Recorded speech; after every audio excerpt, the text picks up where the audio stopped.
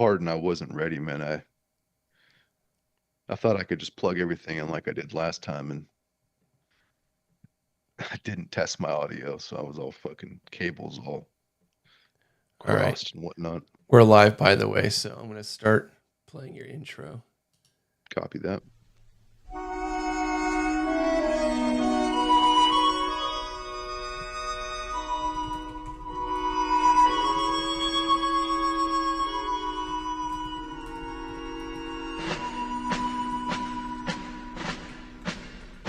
Mine eyes have seen the glory of the coming of the Lord. He is trampling out the vintage where the dregs of wrath are stored. He hath loosed the fateful lightning of his terrible smith sword. His truth is marching on. Glory, glory, hallelujah. Glory, glory, hallelujah. Glory, glory, hallelujah. His truth is marching on. I have seen him in the watchfires of 100 certain camps. They have builded him an altar in the evening dews and dance. I can read his righteous sentence by the dim and flaring lamps. His day is marching on. Glory, glory, hallelujah. Glory, glory, hallelujah. Glory, glory, hallelujah. His truth is marching on. Glory, glory, hallelujah. Glory, glory, hallelujah. Glory, glory, hallelujah. His truth is marching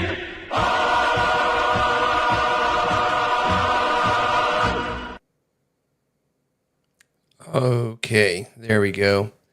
All right, and let me pull up your notes. Yeah, it looks like you've got a narrative, key characters. Yeah, that's a lot of stuff on there. I didn't break it down into something very concise for you to be able to follow along with too well. So I beg your pardon if it it has everything that I had been working on for this particular talk. Oh shit. Okay, so you got like 20 pages on here. Yeah, it's Okay, this is everything that you've been doing. this is the plan for the conversation today. Yeah. Oh, just for today. Wow. Okay. We're probably not going to get to all of it, but this is the groundwork and framework that I was hoping to work with.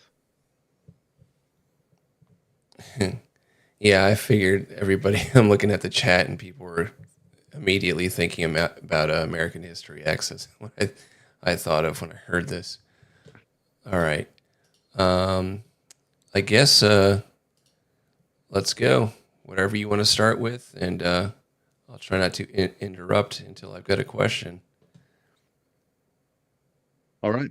So to get a ball rolling, I wanted to talk today about Esther and Haman, which is a story from the Book of Esther, and it provides some context and framework for the further discussions that we'll be participating in today. And by covering this, we'll get an understanding of why there's been apprehension towards the people of Israel in the past, the idea that there was contention among Jews and the people of the neighboring areas prior to this exact instance where some things transpired that caused more distrust forward. But we'll start with Esther and Haman. So Haman was a king's right-hand man. He was a virtuous man, and his job was to advise the king. at the time, this is Persia, shortly after the the exile, um, pardon, shortly after the Jews were rescued by the Persians from Babylon. So the Persians have been taken, the Jews have been taken into Persia, and they've been allowed to live amongst the Persians. In the Bible, the king is known as King Ahasuerus, but according to certain ideas, Xerxes the first was the king at the time. So it is debated as to whether Xerxes the first was the actual king at the time, but there are scholars that believe this was the case. So Jews were not allowed to live within the city walls of the kingdom. In most places where Jews were accepted, they were forced to live on the outskirts of the kingdom, outside the city walls. This being a result of a reputation that they had developed. People were aware that they engaged in usury, they engaged in um, certain societal and religious practices that made them um, outsiders. And for this reason, they were placed in that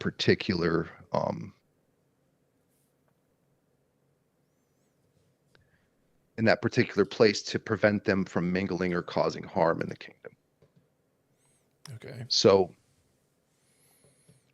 Esther was an orphan, and she was a Jewish woman.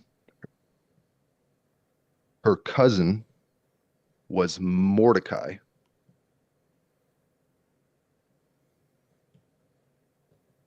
Okay. I'm following along. Okay, you can hear me. Okay. Yeah.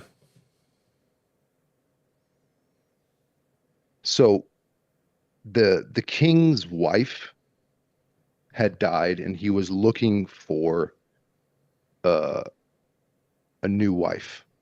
After dismissing his wife Vashti for disobedience, he was looking for a new queen. And after holding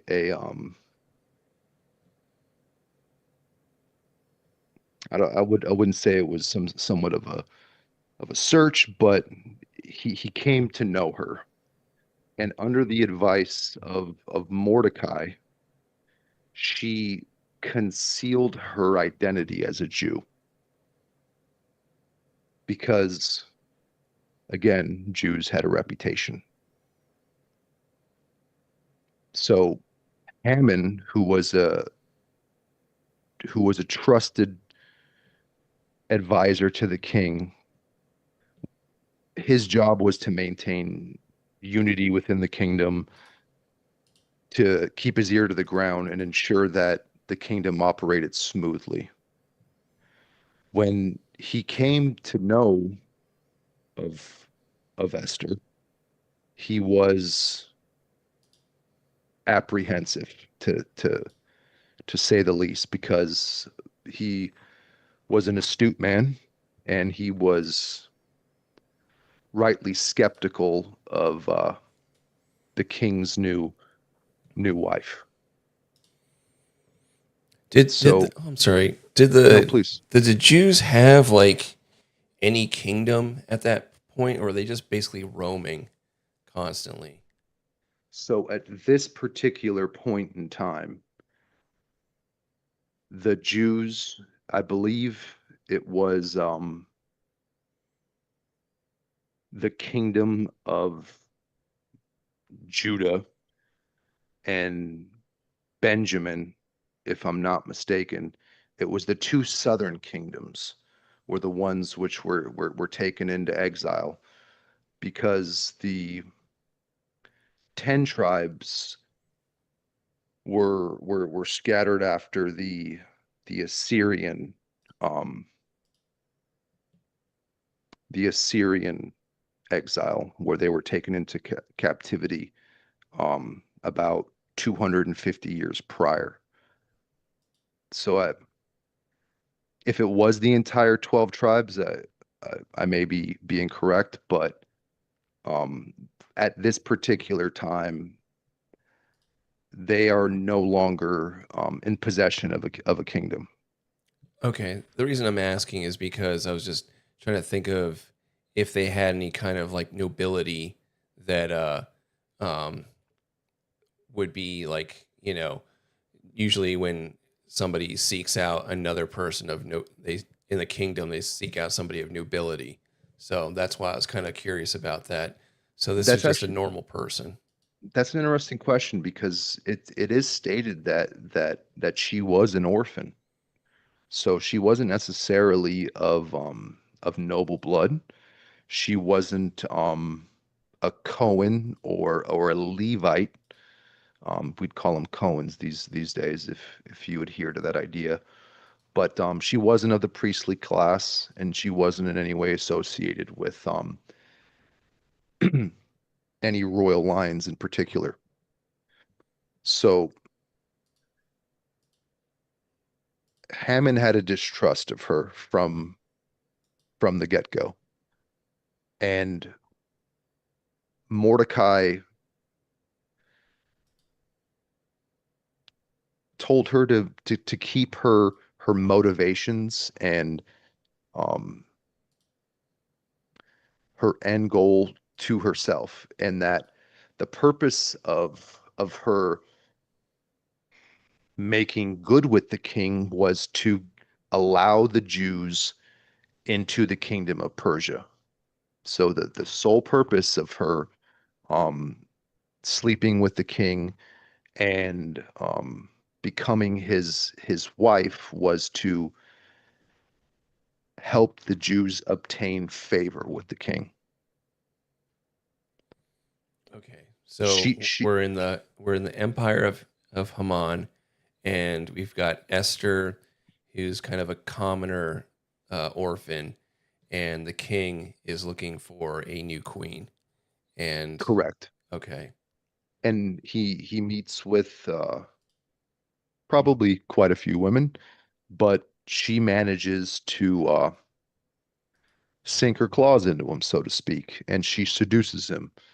Um, as Sam Tripoli would say, Jews got that good mm, that good right. you know how But much I that, hate when he that says yeah, that. no, I know, and that's the reason why I included it. So with that said, she seduced him and she slept with him, and she by doing so um gained favor with him. And at the same time, Hammond begins a deep distrust of this woman, begins developing a deep distrust of this woman. And he decides that he should build a set of gallows um, to deal with the the problem that is going to arise in the near future, because he believes that these people plan on usurping the king and causing chaos in the kingdom. So he begins construction of the gallows, and he begins engaging in conversation with the king, and explains to him that the Jews plan on, as they always do, um, once allowed into the kingdom, they will cause chaos and eventually overthrow the king. So at the second banquet where Esther spends time with the king, she reveals her Jewish identity. This is a banquet that is held, and Haman is present at this time. Okay. And he he's already shared this particular information with the king that the Jews are planning on overthrowing him. But in a bit of a plot twist, Esther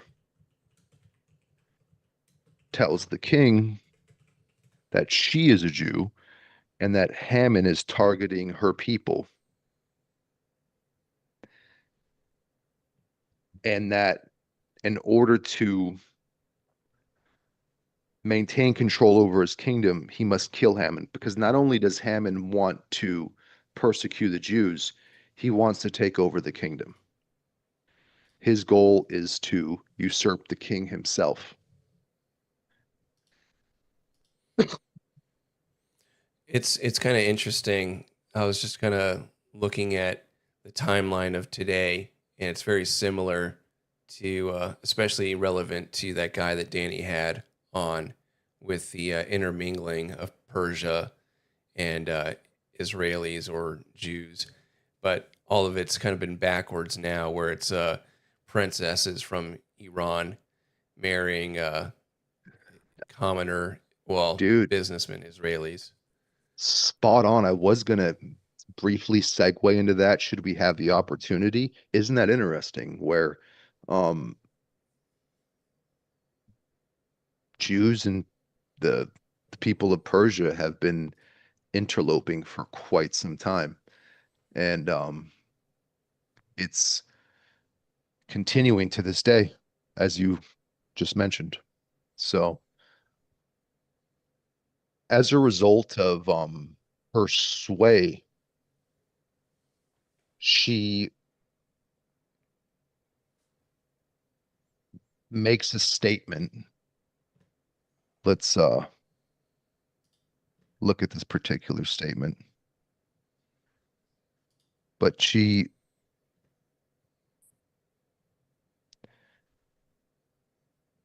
she tells the king that Hammond and has to die and his people need to die, otherwise he's going to be overthrown. So as a result of this, Hammond is hanged, and I believe 10 of his sons are killed as well. And then doesn't necessarily specify how long after this transpired, but about 500 attackers. Um, Oh, so there was like an uprising, like a full uprising when this happened, is what you're saying. Correct. Okay. So so there were some people that tried to revolt against what was to come, were slaughtered, and Hammond's 10 sons were slaughtered. And then I'm assuming they were defending Haman or Hammond. Hammond, because he did have influence in the kingdom as not only the king's right hand man, but he was a righteous man. He was an honest man, and he had enough of a following that there was um a bit of an uprising in a battle where 500 of his backers were slaughtered, as well his 10 of his sons. And throughout the empire, 75,000 Persians were murdered. And it didn't take long for the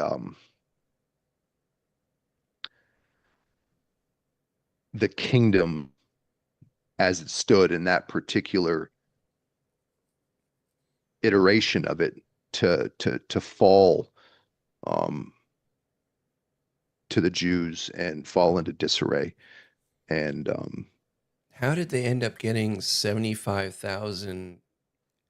You're saying this is from the book of Esther in 9:16 in your notes that correct. 75,000 enemies of the Jews were killed.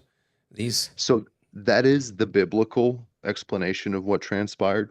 that is not necessarily the historical. So this is where some people have contentions saying how did these Jews kill 75,000 Persians? But the idea being that Hammond knew, and as we do, the Jews are scattered among the nation. They are in every city, every state, every nation.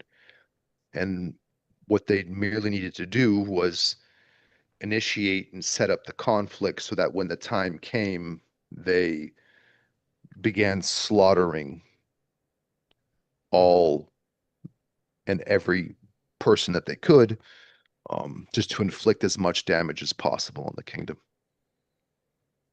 Okay. So this is an early case of Jews being welcomed into a country, being given safe harbor, and subsequently doing their best to eradicate the people that gave them an opportunity at putting down roots in their homeland. Is this the first recorded one, or because you're saying that they had a reputation, so this is the Their first recorded? reputation being that they were at the time known for ritual child sacrifice and usury. These were the the two main things. The third being that they did not assimilate when they were taken in by a nation.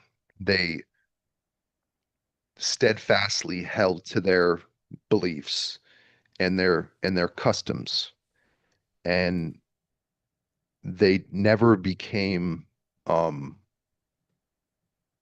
people of that nation. They insisted on maintaining a degree of separation. That being one of the reasons that there was apprehension to begin with. I would probably say that as a leader, this was the most disconcerting to him. He probably didn't have much issue with usury or child sacrifice to a certain extent, knowing that these things were somewhat prevalent in in the world at the time, So this is and on that the border of the is the Babylonians are still around, or they're done with, or then the border still with Iran or Persia. I would I would believe that So when the Persians conquered Babylon, I assume Babylon fell, and okay, that's when they took the Jews in okay. and freed the Jews. So, and So we had talked about before also when you start taking in people to your religion, like it, like especially like with the Catholicism, where you start taking in these pagans, and the pagans morph your religion as well.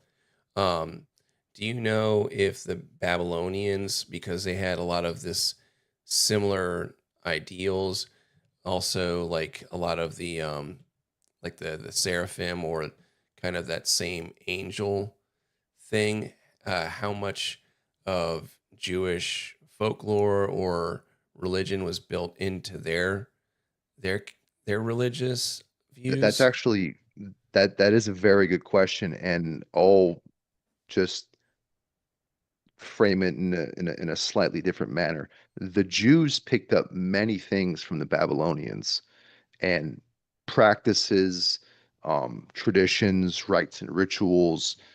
This is where we get the Babylonian Talmud. So the there's I believe it's the Jerusalem Talmud, which is a later um, rendition of the Talmud. I believe that's when the Talmud was was first put into writing, if I'm not mistaken. But prior to that, it was known as the Babylonian oral history of uh, of the elders, or the Babylonian oral history of the Pharisees. This was teachings and practices, rites, rituals, and ways of living their life. For instance, according to modern Jewry, in order to be considered a Jew, you need to be at least 1/16. So as long as you're 1/16 and the line was passed down through your mother, you are officially a Jew in their eyes. And these are some of the things that are discussed in the Talmud. There was another story in the Talmud about what if a Christian puts a piece of pork in the stew cauldron when no one's looking? If we take that piece of pork out, can we still eat the stew? And this is some of these things that Jews tend to engage in. It's legalese, Yeah. and um hence their uh affinity for that particular profession. It's always been a big part of who they are and how they operate, to um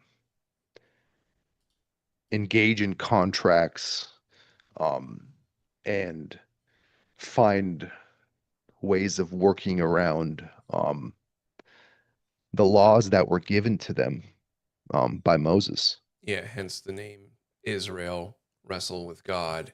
Yeah, one Um, he who wrestles with God, exactly. but with for instance, I was thinking like because haggling is what like the Middle East is really known for.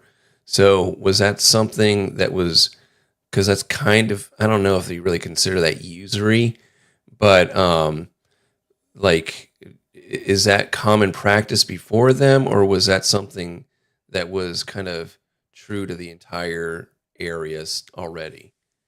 Well, haggling being um, a necessary part of bartering, I wouldn't necessarily say that being the crux of the issue, but they did engage in usury, and this is one of the early practices that they were taught or learned of when in Babylon. Some people speak of the Babylonian bankers, and there are old banking families that can trace their lineage back to the Assyrians and Babylonians. This is true if you look at the black nobility and some of the families involved, the Orsini, Aldobrandini, and um, some of the others that are associated with northern Italy and Venice and that particular time period. Uh, if you research those families, you'll find that they can trace their lineage back to Babylon. Okay. So so this practice of usury was a Well, I'm manner. sorry. I don't want to Go ahead. interrupt you too much, but they can trace their lineage back because I thought all the Jews weren't able to trace themselves, at I, least. I was I was speaking of the the the banking families associated with the black nobility. I believe or Orsini being one of them. If if you dig into them a little bit, if I'm not mistaken, when I was doing my research, I found that they had the ability to trace their lineage back to Assyria and Babylon. Okay. But Jews, that's somewhat ambiguous and dubious where they can trace their family lineages back, particularly modern Jews. But they did learn of banking and usury when they spent their time in Babylon, and they uh, were quite fond of it. That being said, this is where, we find ourselves at the time of Jesus when he's in the temple, um, overturning the tables because the money changers and money lenders were engaging in business. And um, as we know, usury is a crime in the Bible, and it's strictly frowned upon by God. So, just for the sake of this particular conversation, I just wanted to briefly recap some of the things we had talked about previously in the last episode. We had discussed the influences that they had learned from the fallen angels, such as building weaponry, engaging in murder and killing blows. These are some of the things that they practiced when they were in Persia: deceit, lies, and subterfuge. Not only did they learn those things, but they learned the practices of enchantments from Semyaza, and the ability to put those into practice. One of the ways that um, people give offerings to gods and false gods was through blood, as we know. And throughout history, this has been a common practice. And this is somewhat controversial in certain circles. In my opinion, it's more of a matter of fact. Jews would call the act blood libel. I would call it Jewish ritual murder. And this practice often involved children. And the manner in which they perform this act is a practice called exsanguination. And exsanguination is bloodletting. It's draining the individual of their blood to the point that they die. And this blood was used for ritual magic. The blood was baked into their unleavened bread and eaten, something we call matzah today. And they also used it for So that's where that comes from, where they would make their matzah with blood. yes, sir. Okay. And they would also perform rituals on Purim, which is a holiday that's meant to actually celebrate this instance of what transpired in Persia. I forget the exact translation of Purim, but Purim is a celebration of them defeating Haman and and essentially um, their disruption of what transpired in the Persian Empire at the time. They have a cookie or a pastry called Bosenhamen or Hammenstaschen or something along those lines in German. Yeah, that's what Slav just said is Hamanstaschen cookies. Yeah, and it literally means Haman's ear. So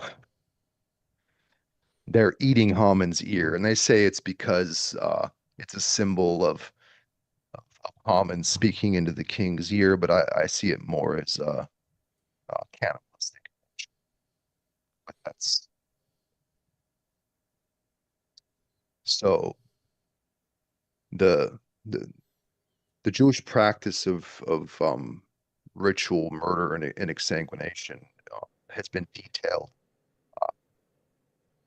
throughout history, but I'd like to just mention a few cases for the sake of laying some groundwork to help people understand Stay a little again closer to the mic if you could. uh, why Jews were distrusted throughout Europe, and we'll we'll start in Gloucester. So, according to Monumenta Germania Historica Scriptoris, Volume 6, page 520. Okay, I'm right there. Yeah, so we try and get detailed if we can, whenever possible. Um, Jews ritually murdered a child by the name of Harold. His body was found in a river with wounds characteristic of a crucifixion. So his body had deep wounds and lacerations, and the wounds were consistent with being nailed to a cross. His blood had been drained from his body, which is in line with the Jewish practice of insanguination. And sources say that the child was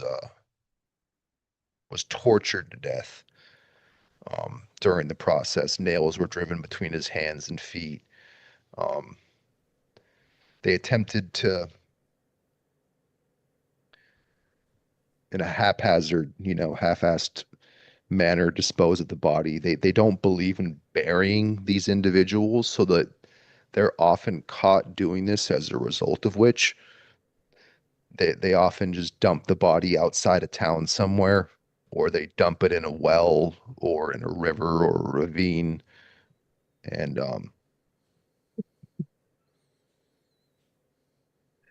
there's sources and references which substantiate this. Um, the Polychronion by R. Higdon and the Chronicles by R. Grafton support these claims. So there were no individuals who happened to be held accountable as a result of this instance, but this is just one of the many that we're gonna discuss as we lay this groundwork.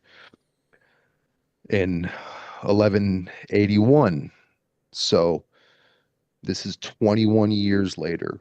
Both these instances are in England, and for the sake of this, I'm not going to get into every instance in which this transpires, but I'm getting into the ones that happen to have a few more details related with them. So in 1181 in London, um, again around Easter, these instances always occur, um, most prevalently around Purim and around Easter, or Passover for the Jews. So near the church of St. Edmund in London, Jews murdered a child named Rhodorus, or Robert. It can also be translated. Um, Not many details are given about the child's age, um, the the murder or the aftermath, but the timing of it being around Easter and in close proximity um, to a Christian church gave the people who are of the Oh, community I'm sorry. That guy that just fucking murdered that guy, those pastors, or was trying to murder a bunch of pastors. He was just crucified them. he Yeah, crucified him, and I believe he slit his throat, didn't he? and he also Let him out. put a crown of thorns. His head. He let him out. That's this is what they do. And he had it said Yahweh on his neck, right? Isn't that? Correct. But why? I'm sorry, I don't want to go too far into it, but he had Yahweh on his neck. Aren't you not allowed to have tattoos as a Jew? Yes, Okay. Jews don't tattoo themselves. I believe you can't be buried in a Jewish cemetery if you have tattoos, if I'm not mistaken. But nonetheless,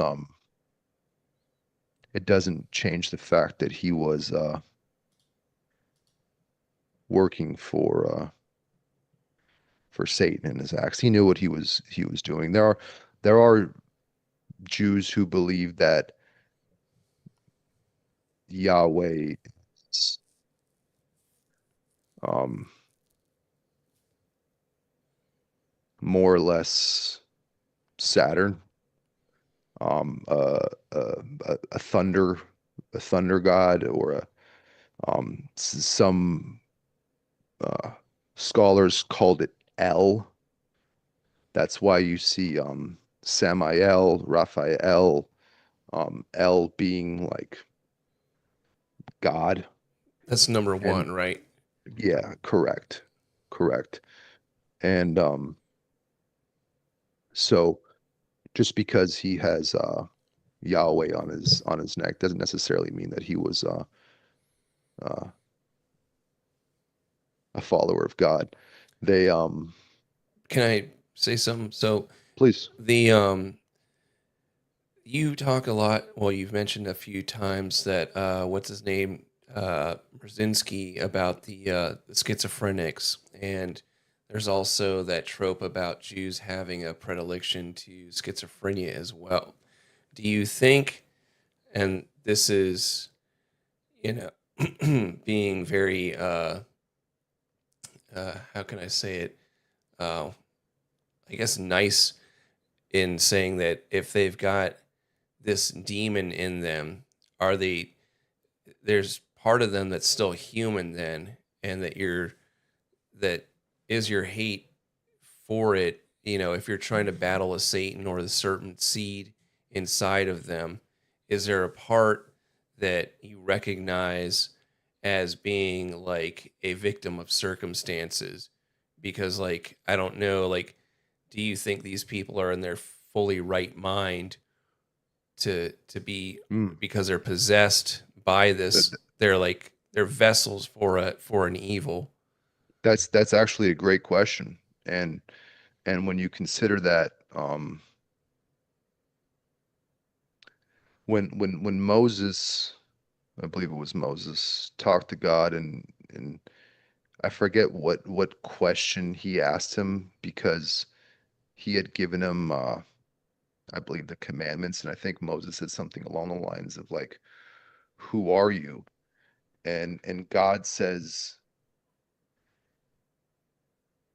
"I am who I am," or more or less like Yahweh, Yahweh, or the the letters that became, they're actually consonants. There are no vowels in it. Um, essentially mean it was God responding, "I am who I am." Like I'm, he's telling him, I'm the one. There is no other God above me. I'm the guy. I am who I am. But Jews took that and they write his name down as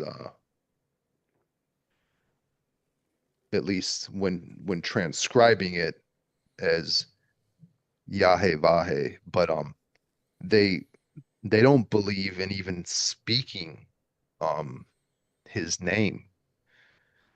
Uh Jews, according to certain legends, like one of the only ways they can do it is if they're crossing a river, they're allowed to whisper it into each other's ears because the sound of the water covers it up. But I believe it's more or less that they're afraid of the name of God and they prefer not to speak it because it has power over them. And um, they don't want to be beholden to him. So I'm just the thinking about that. Sorry if I look no, blank. please.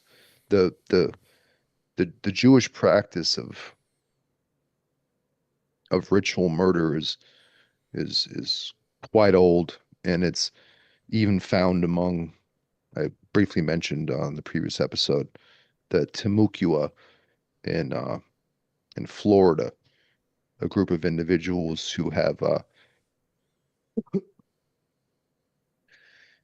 close proximity to the Seminoles being uh, name origin Semite, Seminole, and they have the practice of taking babies and bashing their heads on rocks, which is something you actually saw recently in an airport where a Belarusian Jewish man picked up a small child and bashed it against the floor. I did not see that. I don't really want to go looking for it. No, I just happen to have that particular algorithm where Jesus. yeah, those particular things pop up for me. But so in 1181 in London, Roderus or Robert, as he could also be known, uh, was murdered near the Church of St. Edmund in London. And the sources suggest that the body was mutilated with cuts and wounds to drain the blood for ritual purposes, specific or correlating with exsanguination. Um,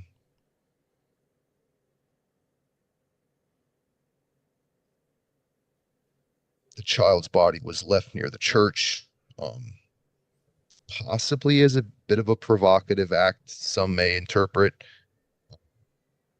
Again, there's no details on the numbers of perpetrators or legal outcomes, but it's another instance in which a child was ritually murdered and exsanguinated. 1244, St. Benedict's churchyard in London. The corpse of a boy was found with cuts and scratches in several places. He also had Hebrew characters carved into him. He had been tortured and killed, blood had been drained. And the Christians who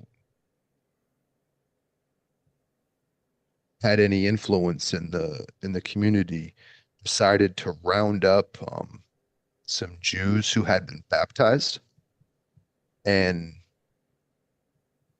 they forced them to interpret the Hebrew signs, being they didn't understand them. They coerced them and asked them, demanded that they translate. And what they found was the name of the child's parents carved into them, and read that the child had been sold to the Jews when it was very young. Some Jews left the city as a result of this in secret. Jews of influence and affluence decided to leave because they could feel that there was a heat coming down on them. So just 11 years later in Lincoln, there's the ritual murder of a child who would go on to be known as Saint Hugh of Lincoln. And that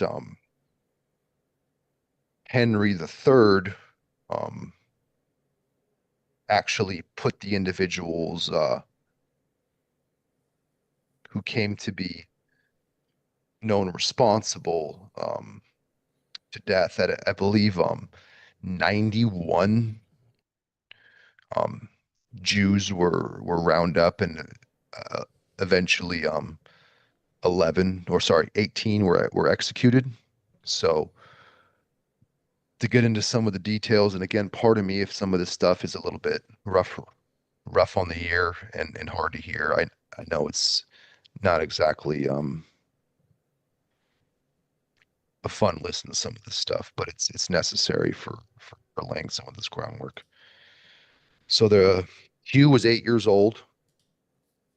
He was abducted by Jews around June 29th and held for 10 days to prepare for a ritual crucifixion.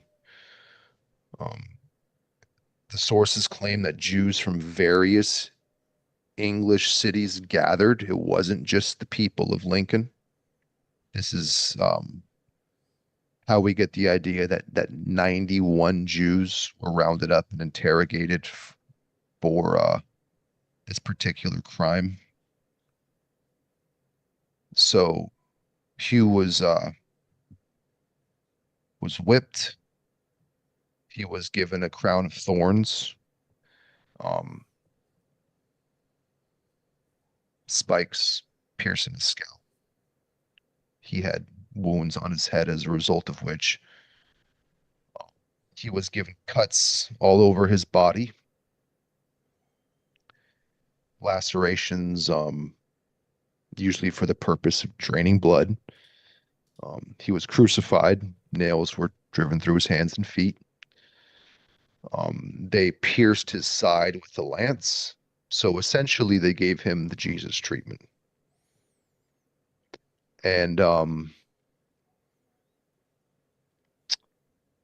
after his death, his body was disemboweled and his internal organs were removed. And the body had been thrown into a well where it was discovered on August the 27th or 29th, according to sources, and it's bloated, disfigured. Does that have anything to do with the idea of that rumor of Jews poisoning wells? Is that any? It's a separate thing, or is that like them giving people botulism through? No, I very much believe that there is a correspondence between the two because one of the manners in which they would more than likely poison a well would just you throw a dead body in that water and you ruin the water source.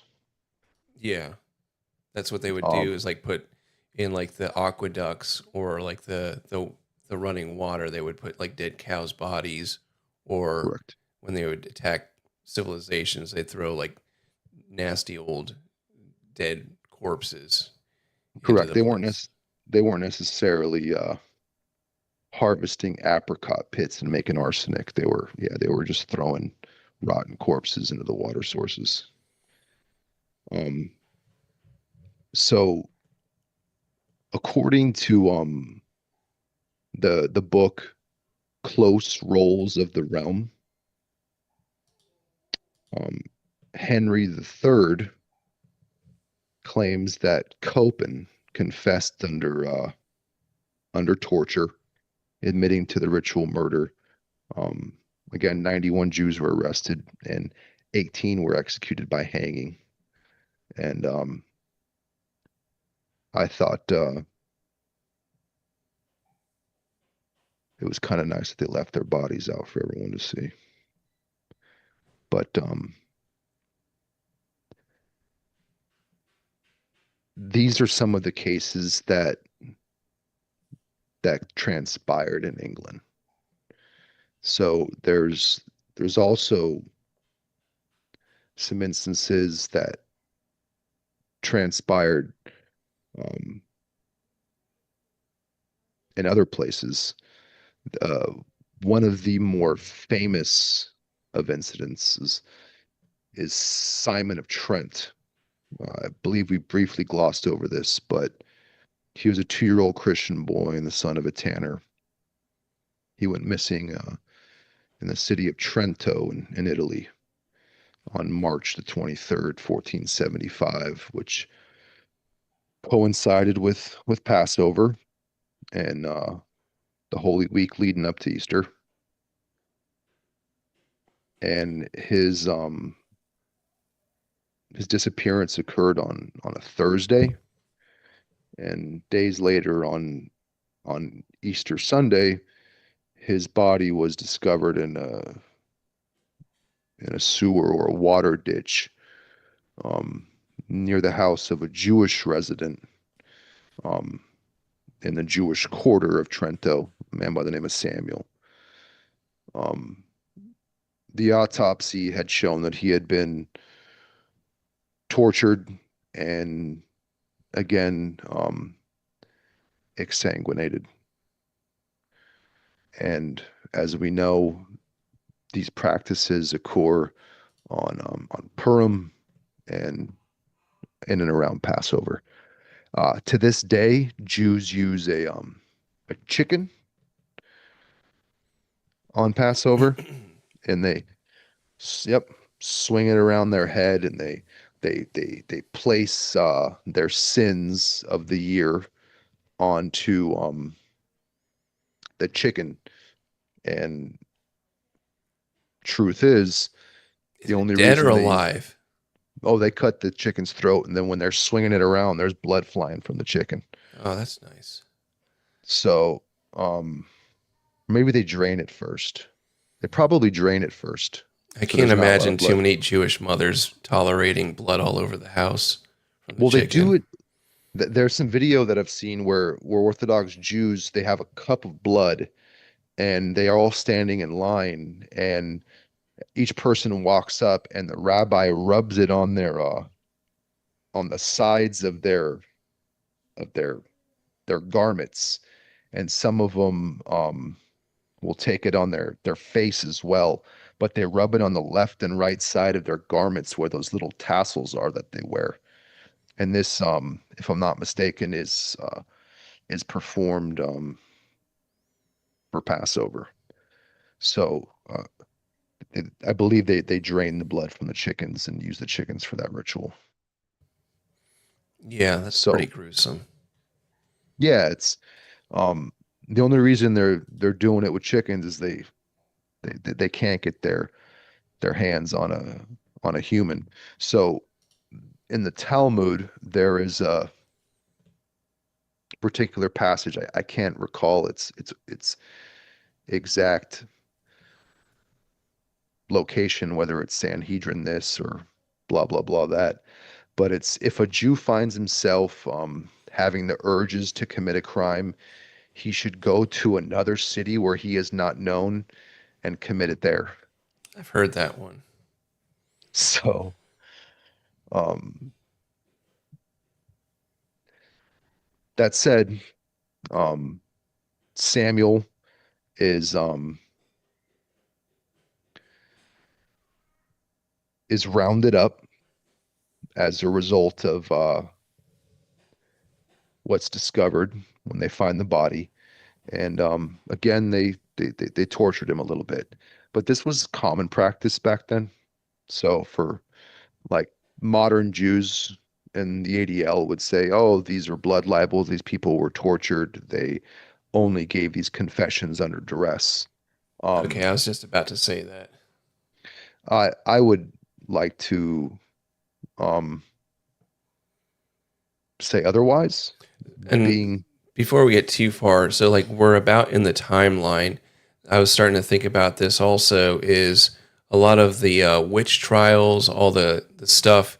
Is there any correlation, or is that like more of like just kind of in the same timeline line, but that's a different culture where they were like accusing people of witchcraft and stuff like that?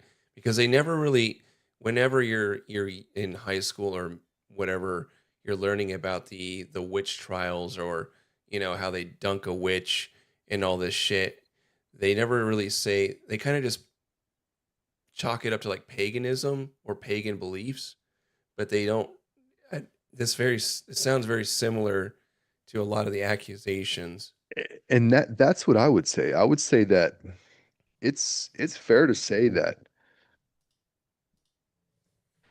maybe some of these Christian families, quote unquote Christian families that had gone to the New World, um, were not truly Christian, and that they were engaging in Satan worship. And if that was the case, I wouldn't be surprised. Well, I wasn't saying like the Salem witch trials. I was thinking more of like actually like medieval Europe and just like I would always see these books when I was younger and they would depict like some like weird device that they had that would dunk you in the water, Hmm. and like that was in Europe or medieval Europe and England when I was like learning about castles and stuff. Well, people like Eric Watson, our friend from the Low Value Mail Chat, he's a pagan. So he would tell you that this was the result of um, the the Holy Catholic Church or the Roman Church or the Church of England forcing um, religion on the people to eradicate paganism. That's what certain people would say. Um, I believe that these particular practices were, I don't want to say prevalent in the world at the time, but they occurred. And there I'm sure there were families that held on to old pagan beliefs and still believed in offering sacrifices to their gods, and that they would occasionally get caught, and as a result of which be publicly hung, drawn, and quartered, or drawed, quartered, and hung, however you want to put that. But And the other thing too is this kind of like as we started out and around Persia all the way up to England around, we're now in 1400s. Like this kind of coincides with some of the migratory patterns of what I remember of like the barbarians or the people kind of creating England. I'm a little fuzzy on like who started England, but wasn't like a lot of these practices are very like barbarian or barbar or like very like much like the Viking kind of stuff as well. So and I had thought about including some of those things when discussing England and the Jews, and so they were officially expelled after a few times in 1290. Um, but they had been um, in the country since 1066 after William the First's conquest, and they were engaging in usury from the get-go. And one of the early um, founders of what would become the Kingdom of England. So mind you, at this particular time, um, King Offa of Mercia, there was, I believe, Mercia, the Northumberland or Umberland Empire. Then I believe it was the Franks to the south, if I'm not mistaken. So England hadn't yet been united, but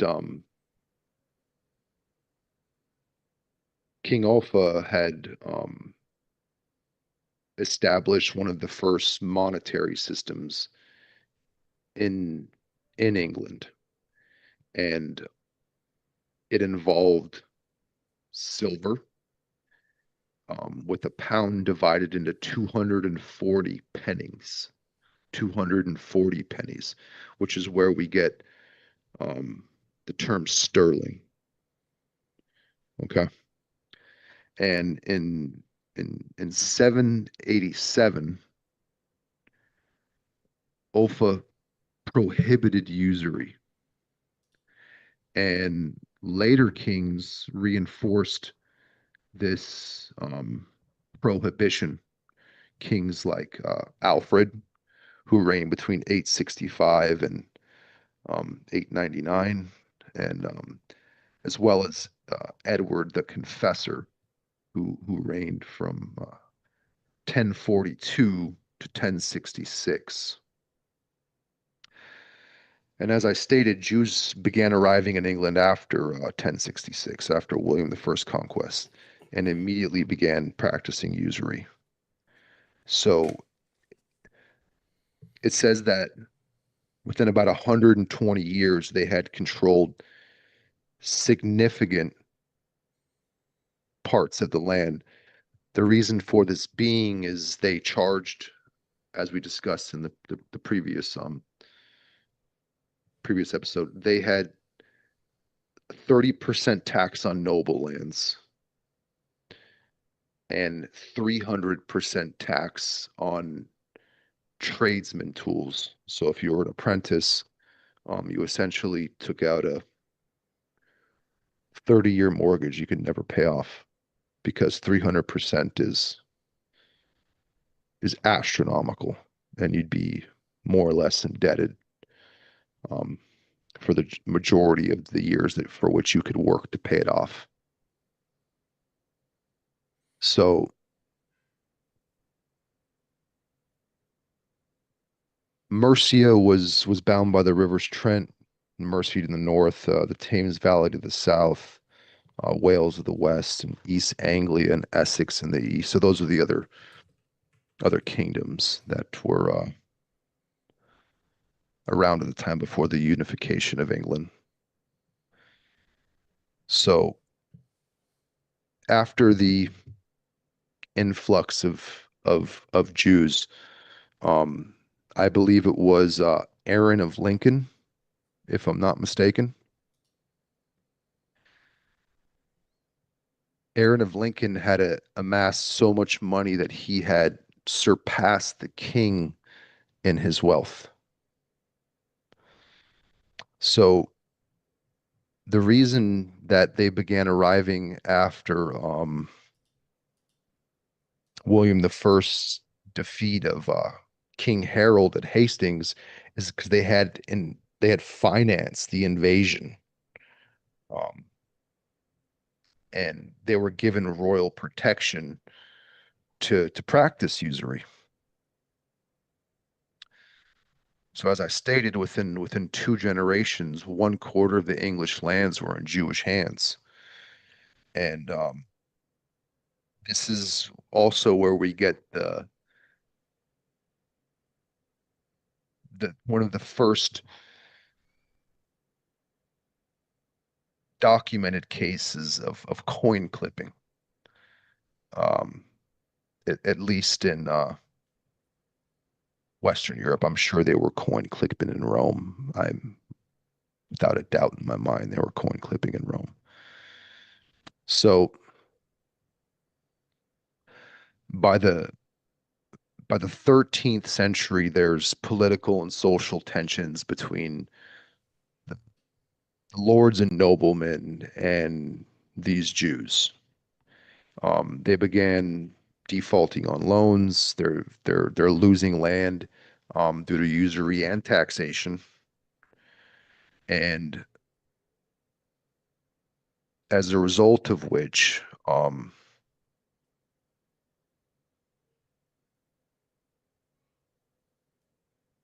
the nobles began to petition their leader at the time, King John, who was the king between 1199 and 1216. They petitioned him to sign the Magna Carta. So the Magna Carta had clauses in it which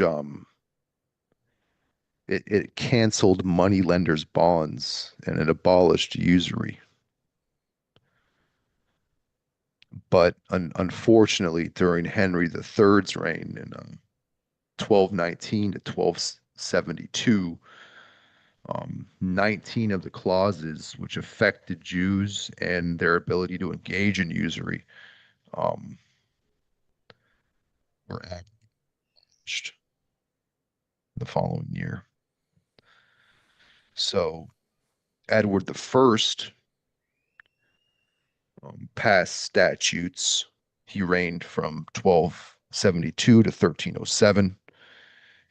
He passed statutes in 1233 and 1275 to abolish usury. And in 1290, he expelled all 16,511 Jews. Why didn't they? How does it get this bad?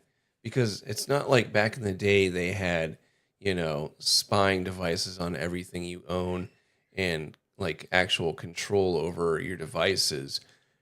How come it takes them so long to go and decide this? It seems like somebody in their own party, like um, the English or whoever, the non-Jews, were selling out their own people as well. Oh, I wouldn't be surprised if certain nobles were doing business with them at the time, assuming that they could get ahead on their competitors. But why don't And why don't white people or whoever the English were, why don't they have the same tribalism that like the Jews that's what I seem to was have? that's what I was going to get into.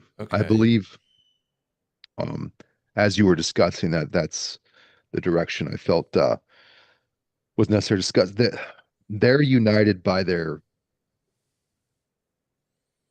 their faith and by um their their kin. They were often um cousins, first cousins. According to certain scholars, if you look at the people that are the Ashkenazi Jews, they descend from 300 people. Or was it the Khazarians? I think it was the Ashkenazi. They descend from 300 people. So from a very small group of people, again, marrying one's cousins and a great degree of inbreeding, they're united under a common thought and family lineages. But doesn't that cause like that severe inbreeding? Doesn't that cause like so many mental deficiencies? How do they seem Well, to be able to create these ruses? so if you look at them, um, it's quite evident they have physical deformations at times. They can look kind of funny, very large noses, very large ears. And then you have the propensity for schizophrenia, as we discussed. These things are a result of this genetic inbreeding. I also But learned, sorry.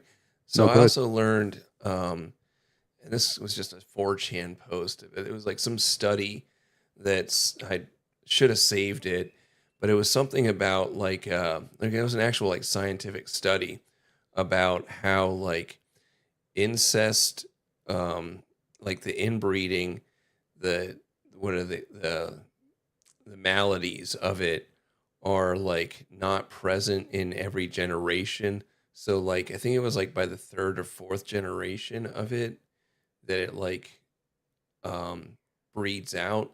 There was something about like the incest, I don't know, not being as uh detrimental to genetics. So I don't know if maybe that's where it No, comes from or I believe this is the case because when you consider the fact that this also transpires in small communities in the Himalayas and small communities in the Middle East or South America or in the Amazon, where these people are essentially all related, and they don't have physical and mental retardation or handicaps um, in great numbers in their people. Their people tend to be um, healthy more or less, but they do develop certain distinct physical characteristics.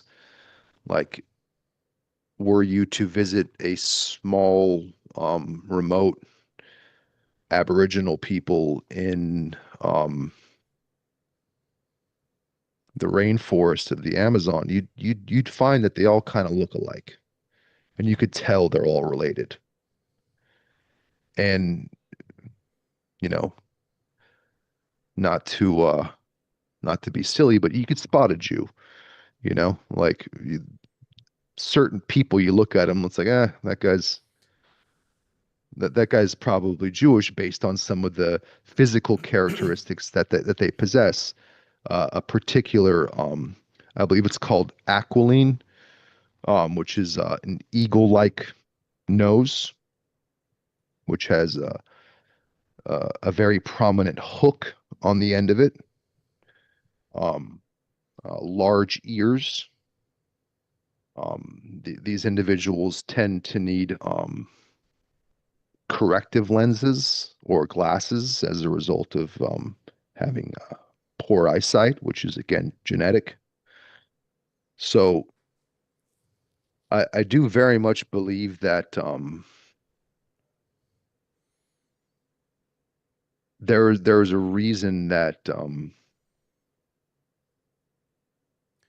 But what is it with like so yeah, that's like the stereotype, but then you have also when we were talking about the Israelis how they can look like anybody and they don't have a true lineage. So how do those people get tied in to the people that are so inbred like well they do marry their way into um, prominent families when able. They like to go straight to the top in the sense that they take the Karen approach. Let me speak to your manager. They don't mingle with the people that are of the kingdom. They make their best effort to find out who is influential, and through pooling their resources together, they will purchase influence or buy into a certain family. The same way that ambassadors of countries tend to just be really, really rich guys who just buy that role within the government. Um, in the same manner, they buy favor within the kingdom. They lend the kingdom money, and then within a short amount of time, or long amount of time, depending what's necessary, they subvert and eventually take over. but I mean I kind of understand what you're saying is that maybe So they that's buy into that's these ethnic that's how groups. we have Mizrahi Jews, who are the Jews of um, the Middle East and the Levant. That's like Jews from Israel, more or less, or Arabic Jews. And then you have Sephardic Jews, um, Jews who are of Spanish or Iberian mixed blood. So they're not necessarily as strongly genetically related to the Levant. They have quote unquote Hispanic blood. They're more closely related genetically in their genomes to the people of the Iberian Peninsula. And as we were discussing on your show yesterday, there's Moroccan Jews, and Jews have made their way to the entire um, scope of North Africa, all the coastal areas of the Mediterranean, and as we discussed, up and into England. They didn't make their way much farther north um, than England at this particular time. Like they didn't work their way up in up into Scotland. They didn't work their way up into Norway or Sweden because they were repelled by by the individuals that ended up kind of settling in what is currently Scotland and Ireland. The Scots being mainly descendants of Vikings who had settled the Isles. So their ability to blend into a community or begin to resemble the community in which they inhabit, it usually occurred over time, and as a result of using coin for influence.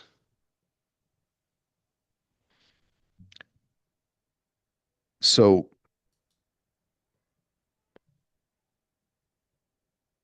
in 1290, 16,500 Jews were expelled from England. But the king allowed them to leave with their possessions um, after paying a tax.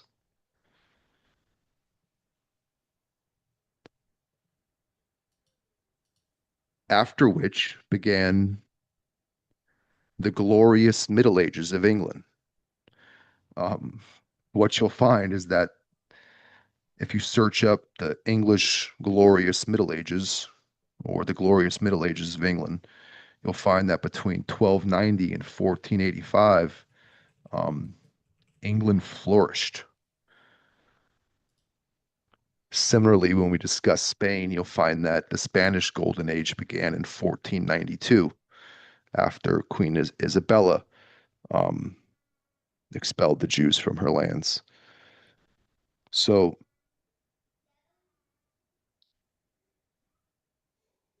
the English Golden Age or glorious Middle Age, as it can be known, it began with the use of tally sticks for measuring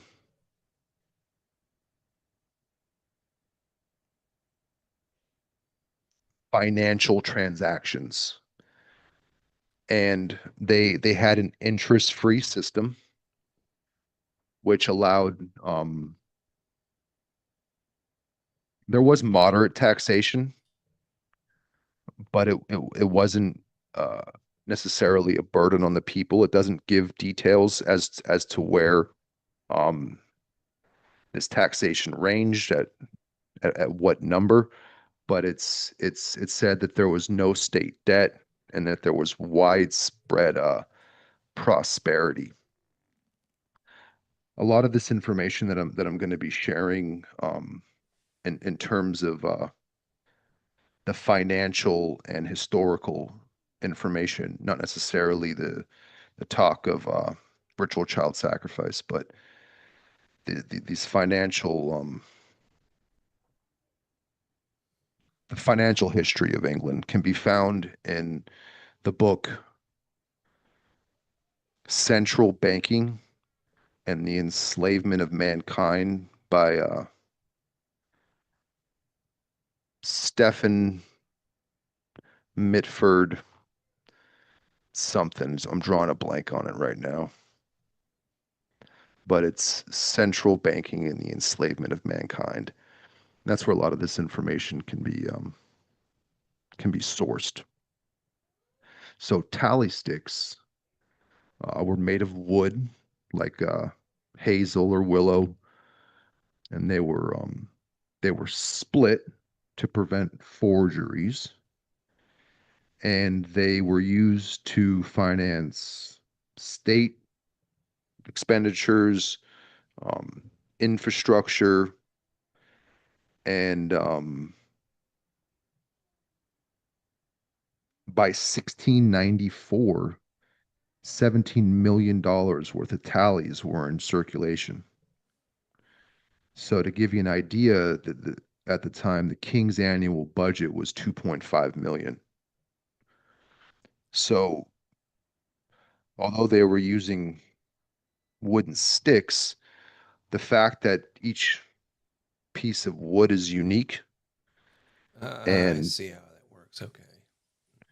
it prevented the ability for people to engage in forgery, and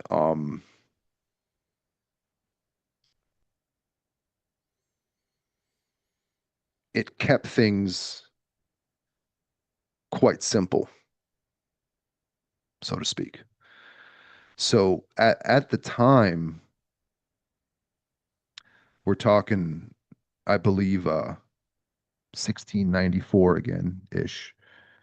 The system supported such a high quality standard of living for the people that laborers and people engaging in in labor. I don't know if this specifically applies to serfs or tradesmen, but they worked roughly 14 weeks out of the year,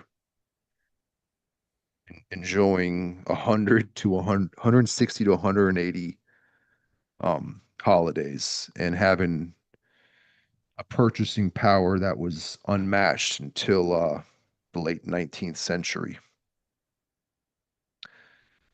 Land ownership was common. They called it copyhold land ownership, and it granted farmers legal rights and access to common lands. And this prosperity allowed craftsmen um, and men of the guilds um, to have time to build some of the magnificent cathedrals that we see. Other people will tell you it was angels in Tartaria, but um, when you consider that these individuals had quite a bit of time on their hands, 180 to 160 holidays out of the year, if they were men of God and devoted to God, they would happily spend their time working on these projects. So my issue there with the cathedrals, um, kind of, maybe we discussed this before, or maybe I was listening to someone else and envisioned I had a conversation with them about the cathedrals. Like I was listening to Tom Woods, and he was making the argument, or someone was making the argument with him about how they aren't really financially, like, they're not, they're not a financial investment. Like these giant churches are not a financial investment. But then my point was, when I was thinking about that, I was like, actually they are. It's a long-term game plan to basically bring in new converts and gather people in, and is kind of amount to like idol worship to me. And like, because you don't just build these masterful like works of art that like, I don't foresee Jesus being there. And like, if someone started building a giant monument like this, because that's kind of what a church is, in the sense that they're building, being like, yeah, go for it, guys. This is really important. Like, I really need these ornate stained glass, like giant, um, like Gilded statues altars, and yeah, right. and stuff like that. And I don't know if that was like, as you're saying this, it kind of seems like that was their way to, like, maybe some of them didn't get thrown out and kind of were there to kind of bring in a little bit of this paganism back in and kind of reel you back into what eventually became like these Catholic churches that we know. Well, at Sure. least in my opinion, I think maybe in your opinion, are kind of like this Jesuit order, and very much tied into what Judaism is. It's like Catholicism, in my opinion, has a lot of pagan elements. It it does, and that's where we can get into the idea that some kings were good men and honest men of good lines, and some of these kings may have been individuals who had connections to old families, and maybe they became initiates into mystery schools. So the mystery schools, according to the practitioners and followers, go back to the time of Egypt. So although um, Freemasonry is somewhat more of a modern institution, according to Freemasons, it goes back to Solomon and the building of the temple. And as we mentioned, Solomon practiced summoning demons. According to the Zohar, he had a jar which he kept 72 demons in, and at night he would summon the Shamir, a worm-like demon, which would do the building for him, um, in order to make a vast amount of progress in a short amount of time. But these things, again, they're debatable. But in terms of the mystery schools and whether these cathedrals and buildings were built with these symbols in mind, yes, under many instances, this is the case. I believe it's René Le Chateau in France has many esoteric and occult um, visuals built into the carvings. It has sacred geometry built into the structure itself. So they many of these kings and families were practitioners and adepts, but they also could have been practitioners of Christianity and saw Christianity as another way to engage in this sort of worship, but they may have inverted it, which is what we kind of see today with like the Catholic Church, where they take teachings and they just invert them and they worship Satan. And also thinking about with we're on the topic of England, what's your opinion on Stonehenge? Since that was, according to on Wikipedia, they believe that it was 4 to 3,000 BC. So I would say that it was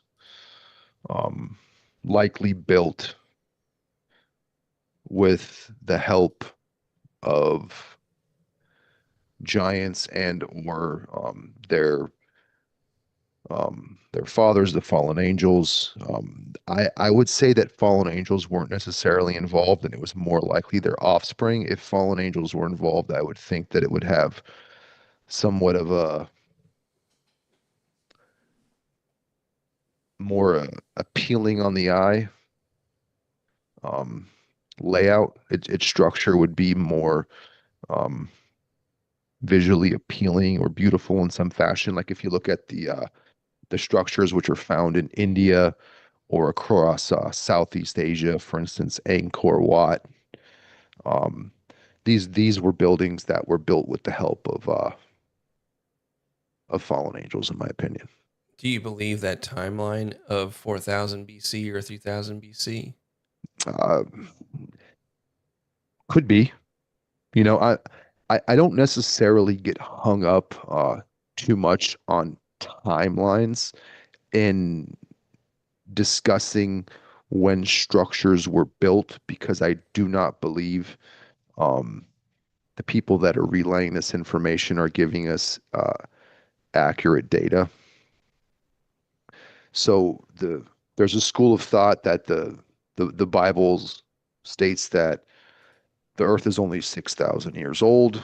There's other people that believe that could be 6 million years old, and that each day is, you know, an eon or uh, a cycle in on God's calendar, not necessarily man's.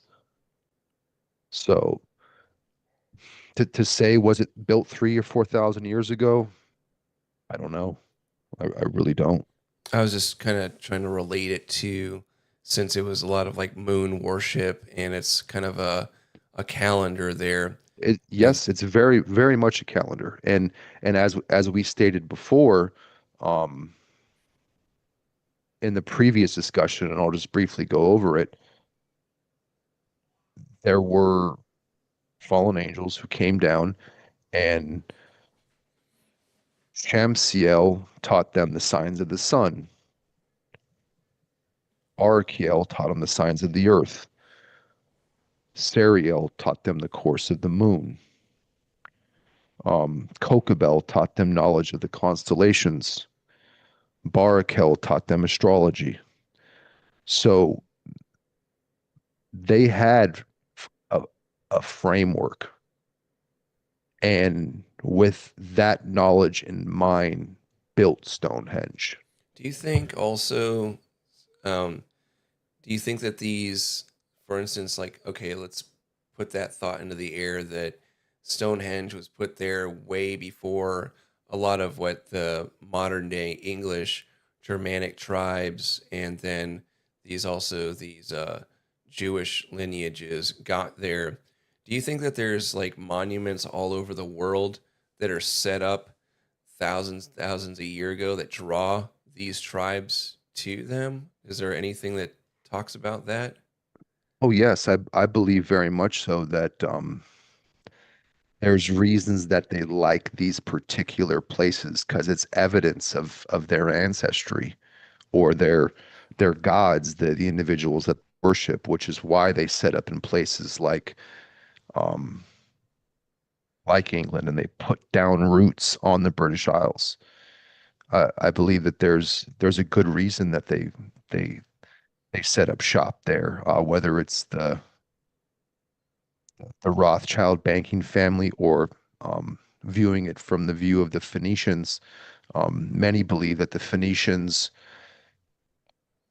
were the Jews, or the Jews were the Phoenicians, depending on how you look at it, and that when um, some of them left the Levant, they were aware of what was outside the Straits of Gibraltar, and they went and set up in England and eventually the West in the United States and America because they were conscious of its um, geographical strategic advantages. England being on the far west um, of Europe and on an island, making it difficult to invade. And then, as we know, the United States and its geographical advantages that it possesses. So there is a great reason that they set up in these particular locations because not only is there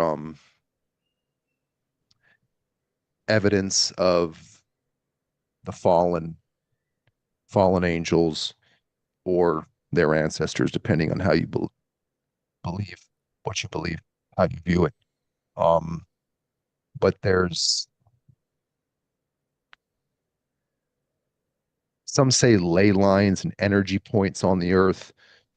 That's why certain things are built and are there to mirror the heavens, like as above, so below, which is why pyramids and the shape of Orion is built because the fallen came down and told them that's where we came from. And as we discussed in conversations we had, What about like Columbus? Like they were, the new thing is that Columbus was Jewish, and so like he basically sought out to go to both the places that he claimed he was going to, or where he actually went, and then where he claimed he was going to, had huge, enormous monuments as well. and that is very much a school of thought. There are certain people believe that um, the monuments that could be found in Washington, D.C., there's the monuments that could be found in Chicago at the time of the Chicago World's Fair, or some of the even the temples in the LDS Church were here in the United States when the people arrived.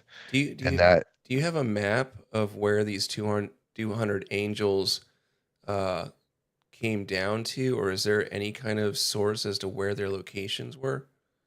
According to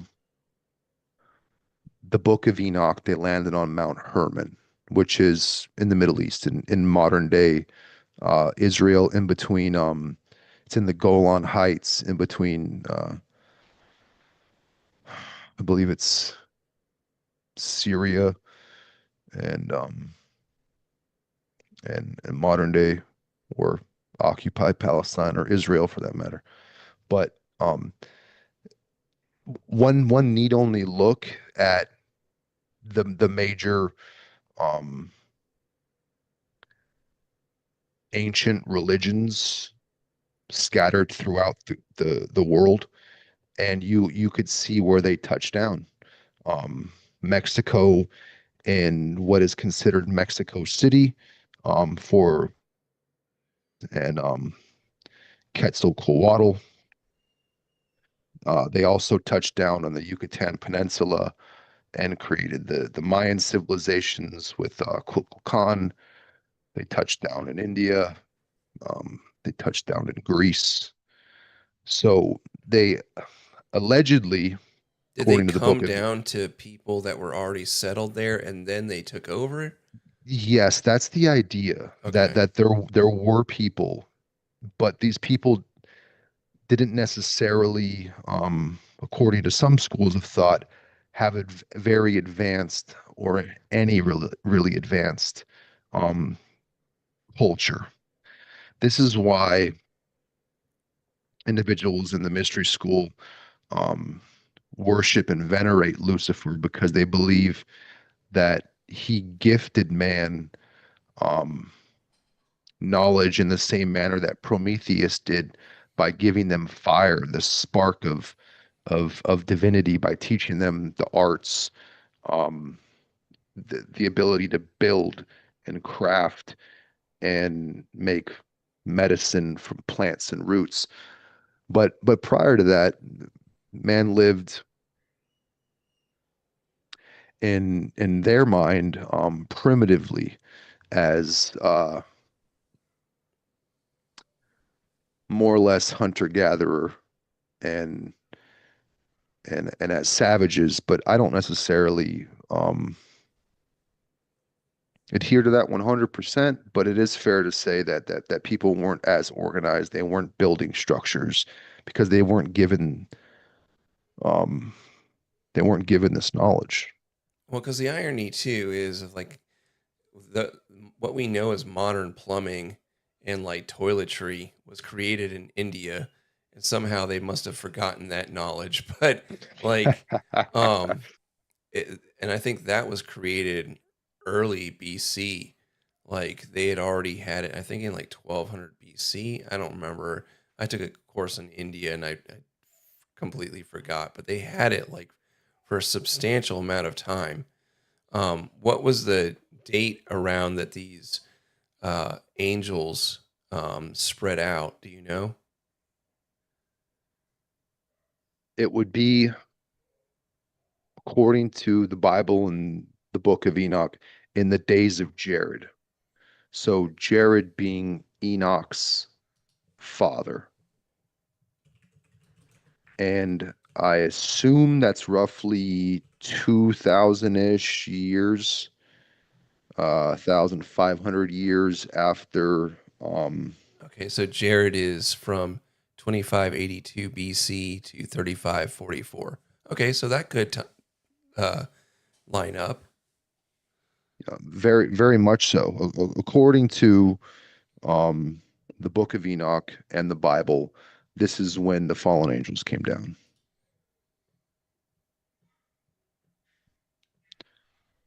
So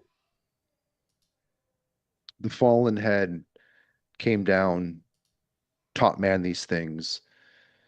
They worship them in some places and in others. And this is, I'll just briefly just discuss this as a bit of a non sequitur. This is why we see alliances between countries like India and Israel and Mexico, where these people may on appearance or on the surface level, appear to have no particular um, relations to one another. But if you consider the fact that they are quite aware that their societies were built by the fallen. I mean, you could make the argument that like there is a it's much it's much like the Jews don't have like a like we have a stereotype, but we don't have a central true phenotype if we don't know their lineage. But there is a spiritual battle that goes through like if you're possessed by one of these, you know, this evil mindset and what creates these cultures that are known for the same kind of like either usury or trickery or like for instance like the Mexican government is very corrupt, and we now have a uh, Jewish leader there. We have Bang. India is very much like uh, they're known for trickery and stuff like that, and a lot of child sacrifice. Then you have China, like what's his name? Dustin Nemos was actually talking about how the Chinese Jews. He brought up that book because someone was like kind of joking around about like Chinese people being Jews, and there are like Chinese people really uh, like Jews and like their practices. Um, and it kind of coincides with like this devil's bargain where like you get this, I don't know about cultural enrichment, but you get a like a monetary gain, and your civilizations flourish at the behest of like your humanity and your nature. And And by engaging in these pacts and um these alliances, they whether it be through greed or knowledge that they're returning to their old religious roots or the roots of their ancestors, they're conscious of what it is they're doing. The Chinese and the dragon, Mexico, the feathered serpent, in Australia, it's the rainbow serpent. So the correlation and understanding is is held by these countries, and they're aware that they're on the same team, hence these alliances. So we were we were discussing you're in the Spain. English. Yeah, we were discussing the English Golden Age, and I wanted to transition that into Spain. So as I as I was saying, the people of England were prospering and they were doing quite well, but unfortunately, this golden era ended in the 17th century with the reintroduction of usury and the return of Jewish moneylenders who had been expelled from Spain in 1492 during um, the reign of Queen Isabella. So Elizabeth in your notes. uh, I believe that was pertaining to during Queen Elizabeth I's reign. Marano Jews in London practices goldsmith. So that was discussing some of the Okay. the the Jewish things that transpired after the 17th century, after the return of Jews to England. But in Spain, in uh, in 711, the year 711, uh, according to chronicles by the Christian um, Lucas de Tuy in his book Chronicon Mundi in 1236, Jews opened gates of Toledo, Toledo being city in southern Spain, a walled city, and because of the Jews felt persecuted by um, these evil Christians and these evil kings. I believe at the time it was a Visigoth king, so I don't know much about King Roderick, whether he was Christian. I didn't look much more into that. But the idea was that they felt they were getting the short end of the stick by the kingdom and felt it was in their best interest to allow the Muslims in to overthrow um, the current king. And as a result of which, forget the name of the Muslim conquest, Tariq ibn Zaid. They took over a significant amount of time. So I didn't detail when the Islamists and the people of Islam were expelled. Uh, I should have put some of that in my notes, but just for the sake of this, um, let's discuss something that happened in 1250, and this does briefly harken back to the idea of ritual child sacrifice. In 1250 AD, Jews of Saragossa adopted the dogma, the idea that everyone who delivered a Christian child for sacrifice would be freed from all taxes and debts. And Moses Albai Huzet, or Huzet, also called Alba Huseto, delivered a 7-year-old boy, Domenico del Val, to the Jews for crucifixion. So this is another instance in which, after being allowed back into society and making their way back within the walls and good graces of the people, they again engage in ritual child murder and sacrifice. In Spain, they have a thing, or I'm sorry, in Mexico, they have a thing where guys will voluntarily crucify themselves every year. And it's very Catholic. I don't know if you are aware of that or if you've seen that before. I actually have not, and I You find that should see that. There's guys that are really famous. They're like rock stars in this, where they get themselves crucified, and they'll actually put the nails through their hands, and they do it every year. I don't know when it is, but obviously you know that Mexico's heavily Catholic.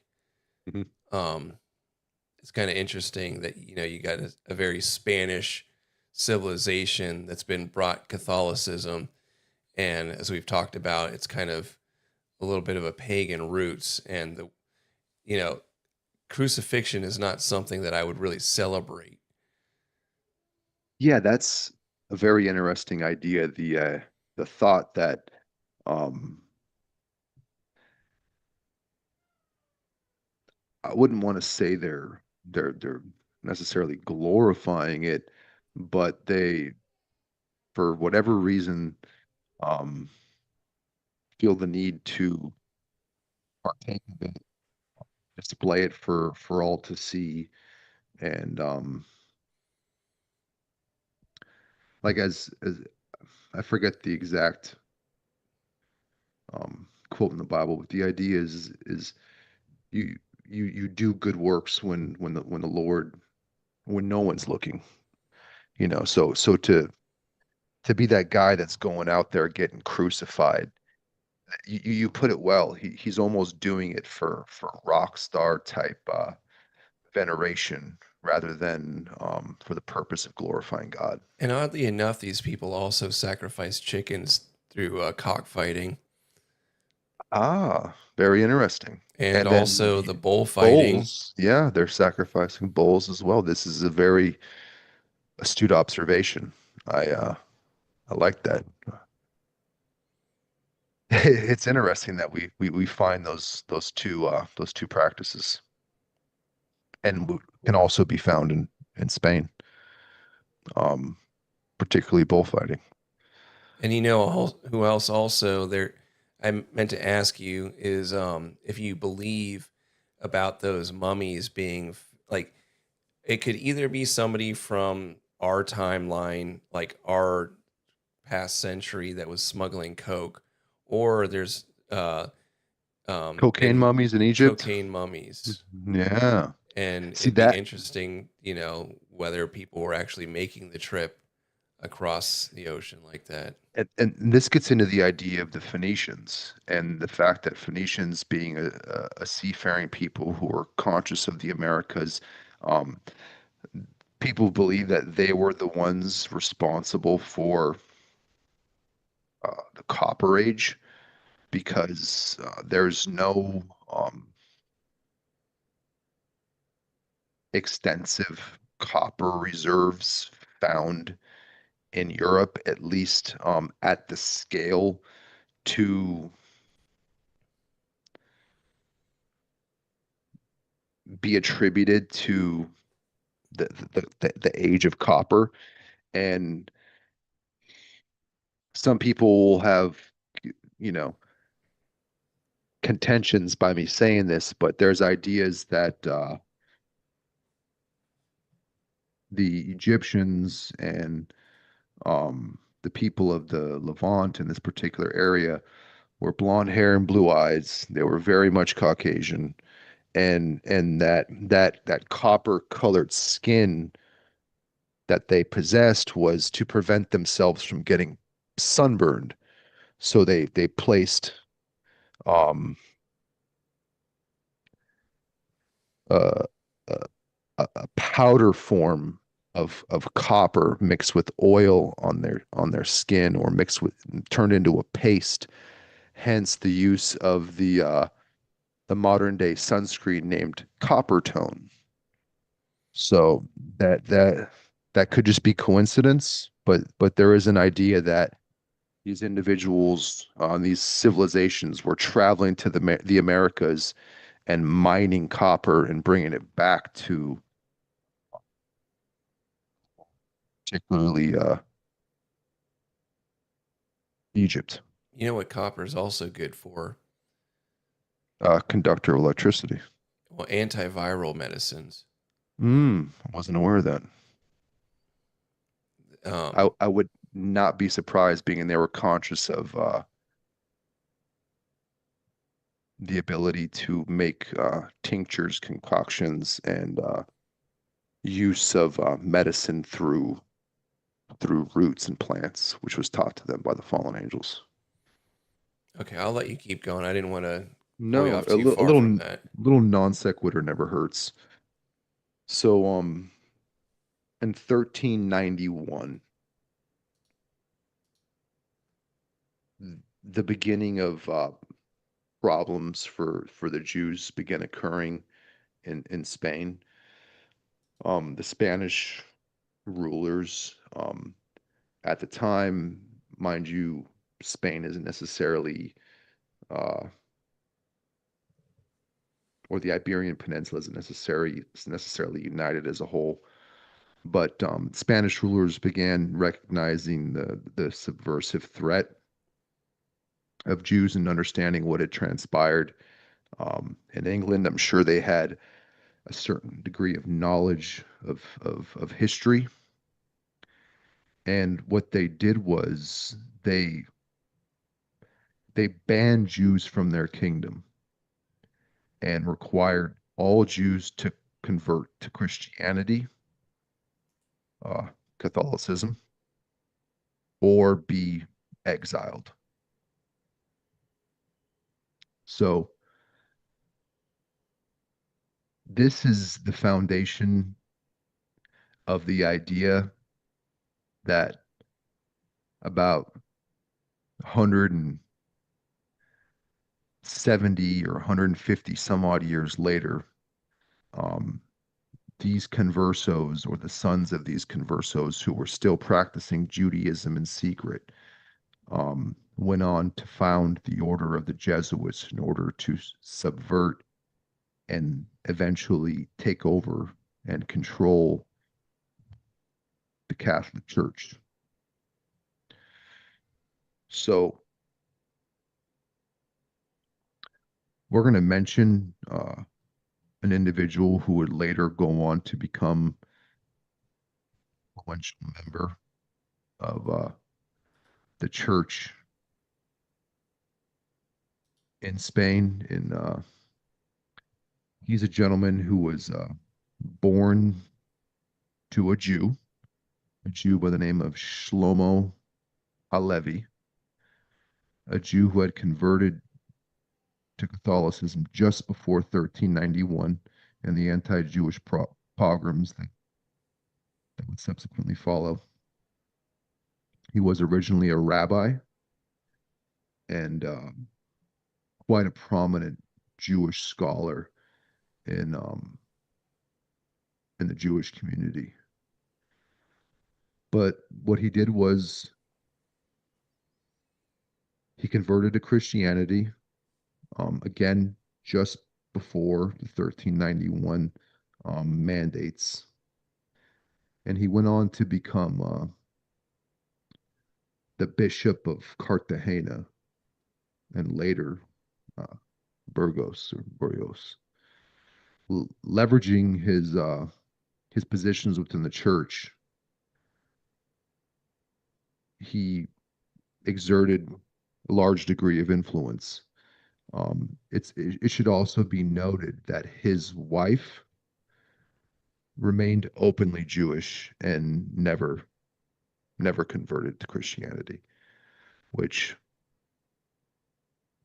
is one of the examples which are given later on for the people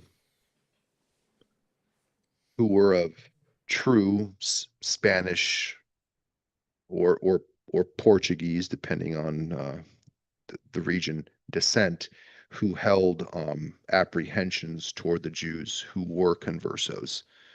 And this information is thoroughly discussed in the book, The Jesuit Order as a Synagogue of Jews and Purity of Bloodline Laws in the Early Society of Jesus by Robert Alexander Maricus.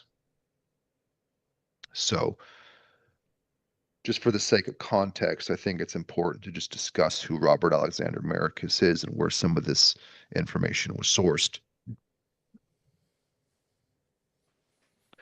He's a Jesuit scholar who teaches, if I'm not mistaken, at the Fordham School, which is a Jesuit college. He's, if I'm not mistaken, a tenured professor. I did watch a discussion that he held with a Jewish community organization that's seeking to revisit the history of Jews in medieval times, and for the sake of this conversation, particularly the early Society of Jesus, or the Jesuits, as it's also known. So he also teaches as an associate professor at a yeshiva. So he is a Jesuit scholar, Jesuit himself, as well as a man who's fond of the Jews. So some of this information that's presented, he does do his part to present it in a fashion that's bipartisan. He will discuss the anti-Jewish sentiments as well as the pro-Jewish influences on the early Society of Jesus. So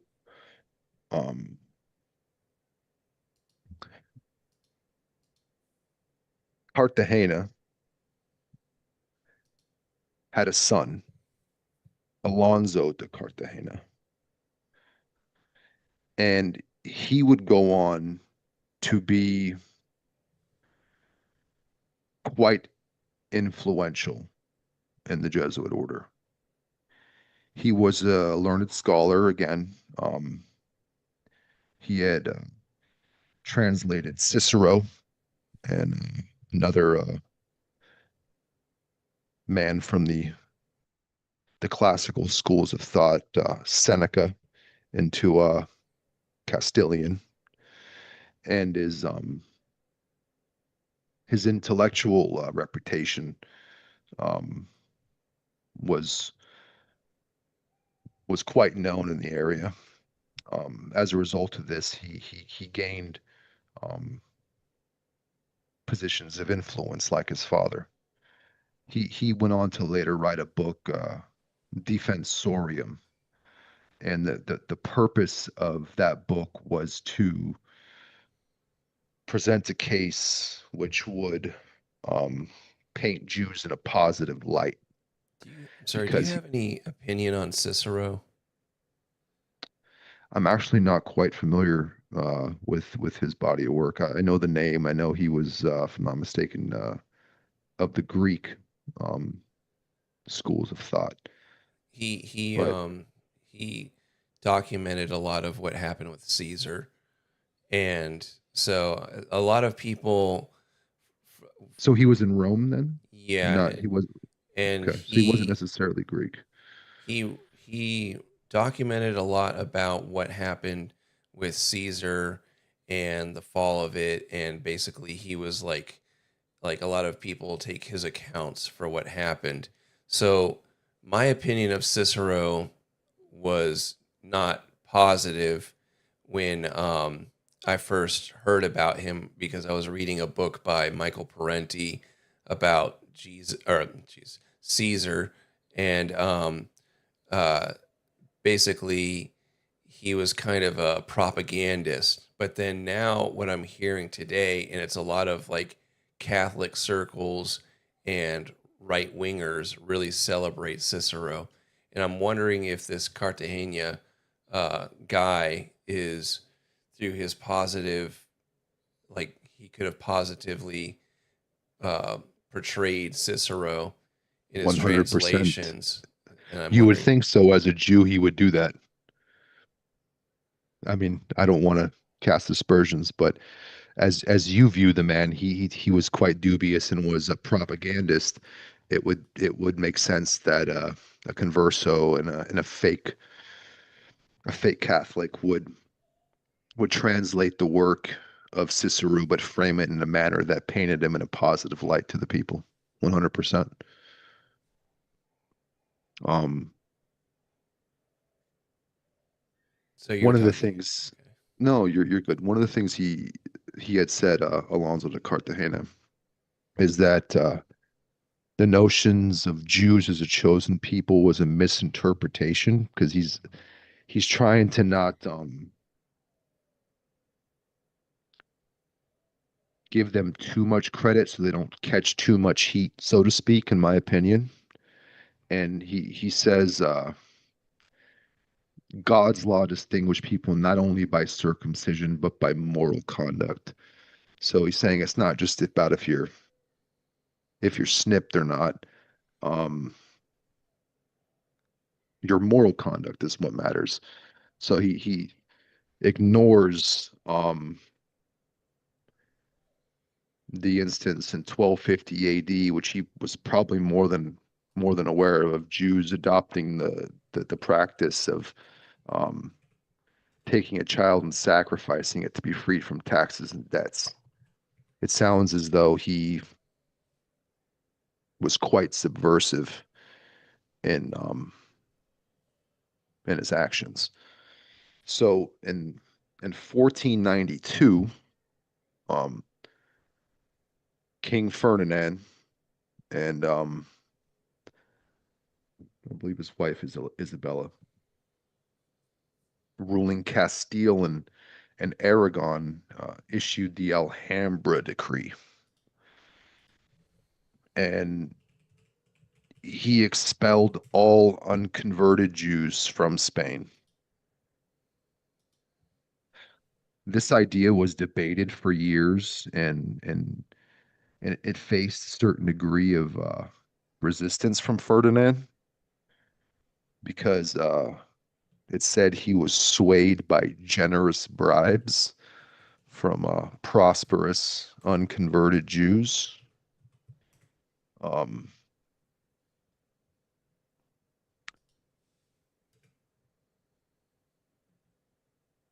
in in 1420, so this is going to jump back 70 some odd years. Thomas de Torquemada, who was a Dominican friar, served as the first Grand Inquisitor of the Spanish Inquisition. And the Spanish Inquisition,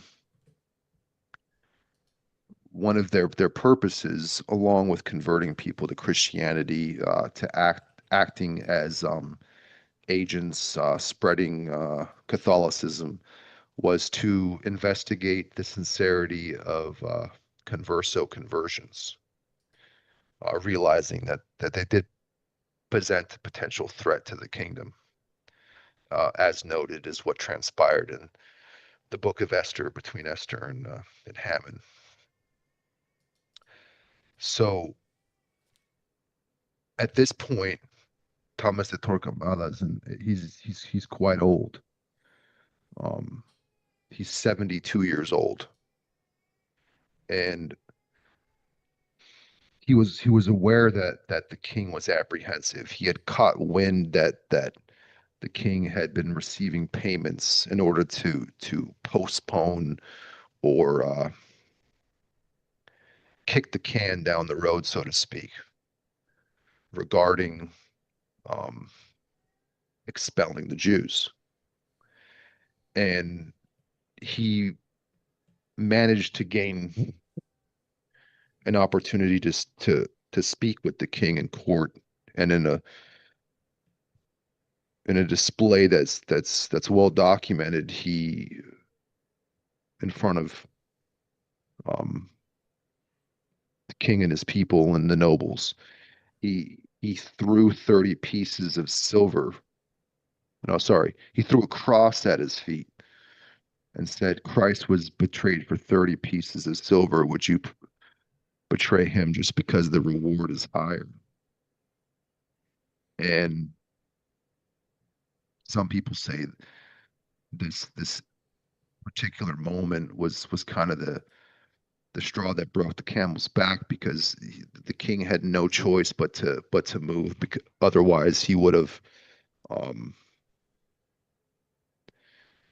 garnered great resentment from the individuals and the nobles who resided under him. So Cartagena's defensorium argument fails to prevent the expulsion, and the Jews are expelled. And this gets into 1492.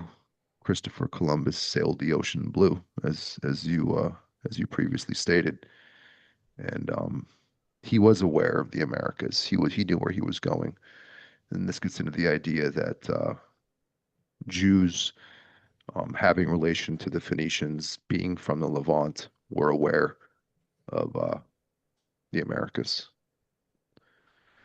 So we're going to jump forward just a little bit. In 1539, Ignatius of Loyola was born. Around 1491, some say. We're going to discuss between 1539 and 15. Maybe that date's not good. Don't worry about that. Ignatius Loyola is born in 1491 in the Basque region. He is the founding member and face of the founding of the Order of Jesuits. He was one of 5 other individuals all of which were conversos or the sons of conversos who would go on to establish that order.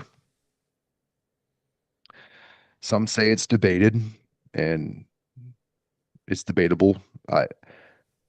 I disagree, but it is known that his father converted to Catholicism, but as I've stated on numerous occasions, Jews don't convert, they subvert, um, particularly when forced, knowing that Jews were forced to convert in 1391. It's important that that distinction is made, which is why it was discussed. So his father was a religious man who was a former soldier, and after a spiritual conversion in the 1520s became quite religious. The Society of Jesus was officially established in 1540 with the blessing of Pope Paul III's edict or bull known as Regimini Militanis Ecclesiae. And it served as a platform for conversos who secretly practiced Judaism to infiltrate the church. So That's the Black Pope, right? That's in South America. the Black Pope is the leader of the Jesuit order, according to many people in the work that we do. The Jesuit order now controls the Vatican, and it's no longer Pope holds the reins. And if you just look at the last Pope prior to the current one, it's just put into office, he was the first outwardly Jesuit Pope. Popes, I'm sure, were secretly Jesuits, but I forget the gentleman's name. I think he was from Argentina, but he was the first outwardly open Jesuit. So Jews versus outwardly practicing Catholicism or members of a secret society begin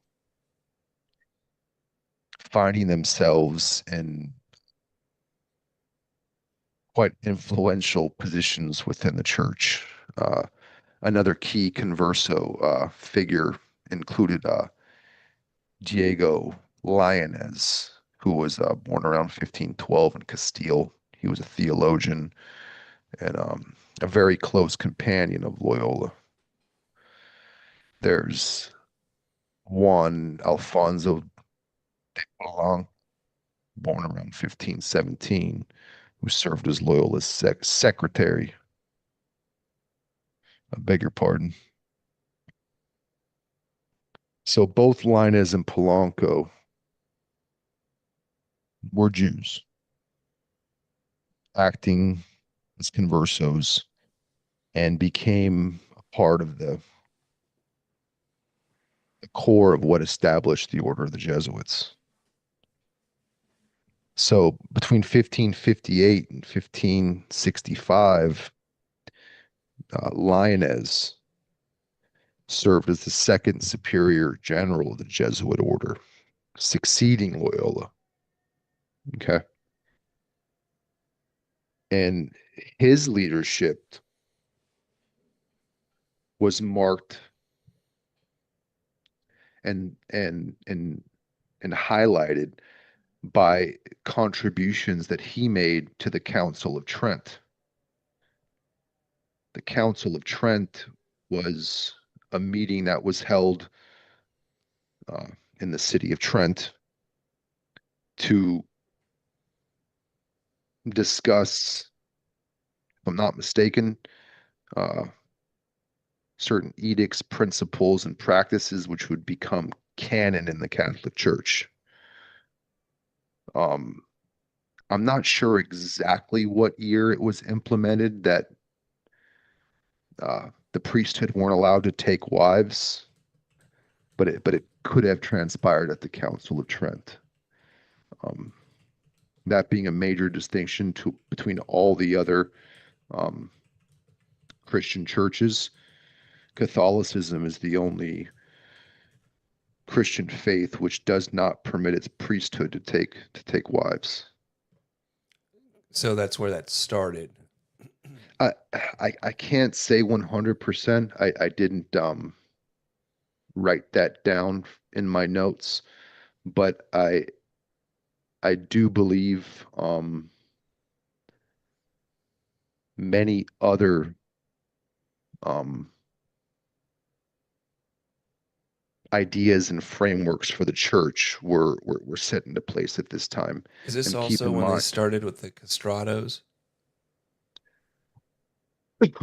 that's a good question. Would you mind pulling up the Council of Trent so we could briefly discuss it in a little bit more detail?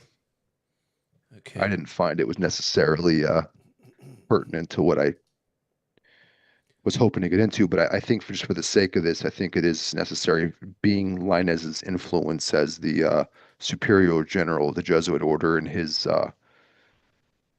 contributions to the council.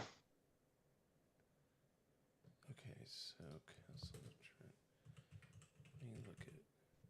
So there's actually quite a few um,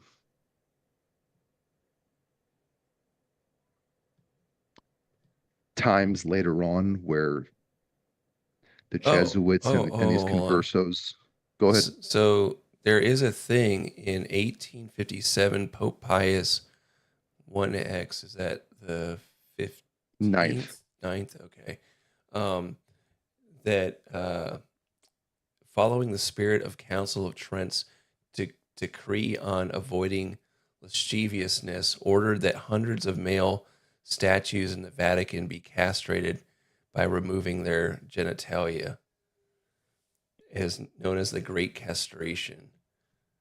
But what I was talking about was where they would like a lot of they Castratos castrating men for the sake of yeah, making them sing. yeah. In opera, there's uh, a voice called castrato, and they would essentially castrate the men so that they would maintain their uh, their feminine or high pitch vocal range. And some It's just a people way say of that, child sacrifice is what I was leading oh, into. oh, and you're 100% correct. And some say that Michael Jackson was actually a victim of this by his father, and that he was a castrato. So it is a form of uh, of sacrifice in the same manner where people like Dwayne Wade sacrifice their child and make their child transgender and chop their dick off and give him tits. But I don't want to get into too much of a digression. But I appreciate that context. That was fun. Um, so Linez becomes extremely influential. He's the individual representing the Catholic Church at the Council of Trent. Um, Alfonso de Polanco, his friend, played another critical role in developing the order's organizational structure. Again, he was a secretary under Loyola, and he was good at organization. He was good at administrative skills. He was um,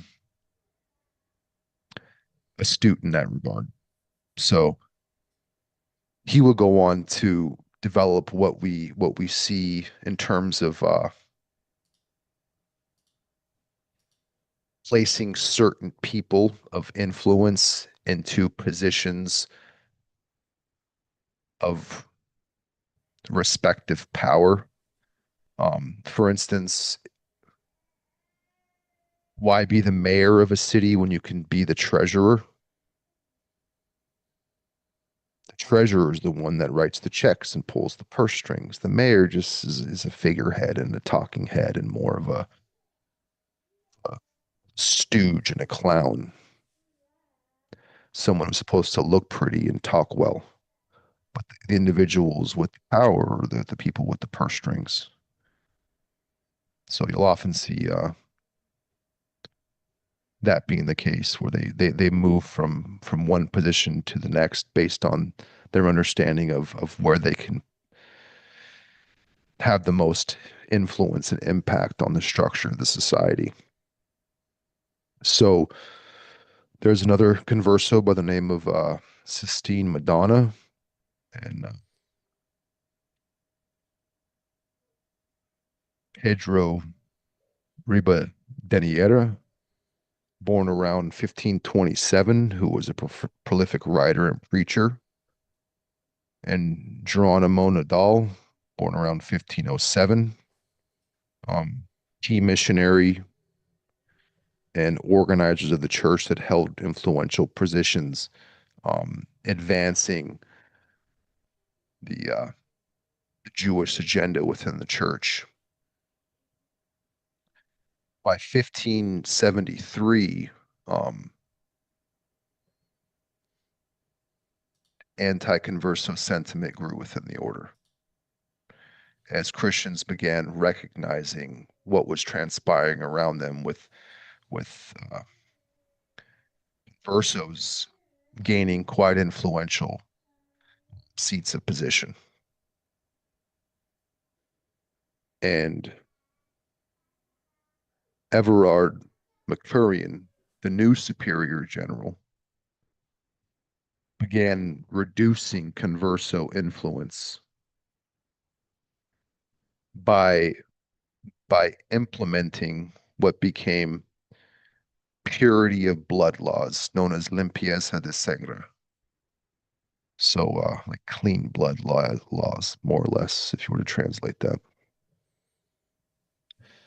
So from what I understand, they would go back roughly 5 generations, and you needed to be able to prove and verify that you weren't in any way, shape, or form Jewish for 5 generations to be brought into the fold and made a member of the order. So in 1593, the 5th general congregation of the Jesuits, under pressure from in particular Claudio Acquaviva, no relation to the Cologne, was born around 1543 and became the general from 1581 to 1615. He adopted and implemented purity of blood statutes, barring all candidates with Jewish ancestry up to 5 years from joining the order. Acquaviva was a staunch supporter of these restrictions, and he aimed to counter what the Jews were doing in Spain and in Portugal under Catholicism. And by 1608, the purity of blood laws were fully entrenched within the Jesuit order, excluding conversos who secretly practiced Judaism. But the idea being they could only go back as far as 5 generations. And at this particular point in time, the law again was passed in 1391. So it's fair to say not long after 1608, Jews began influencing and making their way back into the Catholic Church through the order of the Jesuits. And in time, we find ourselves with the control of the Catholic Church being in the hands of the Jesuits, and the Black Pope being in control of the church. And as stated previously, the last pope was openly a Jesuit. And whenever I speak of Jesuits, it's important, I think, to be conscious that these individuals are Jews. So to kind of sum and wrap this up and put a nice little bow on it, fallen angels came down, uh, taught man enchantments, spells, magic, war, and the arts. Some of these societies flourished.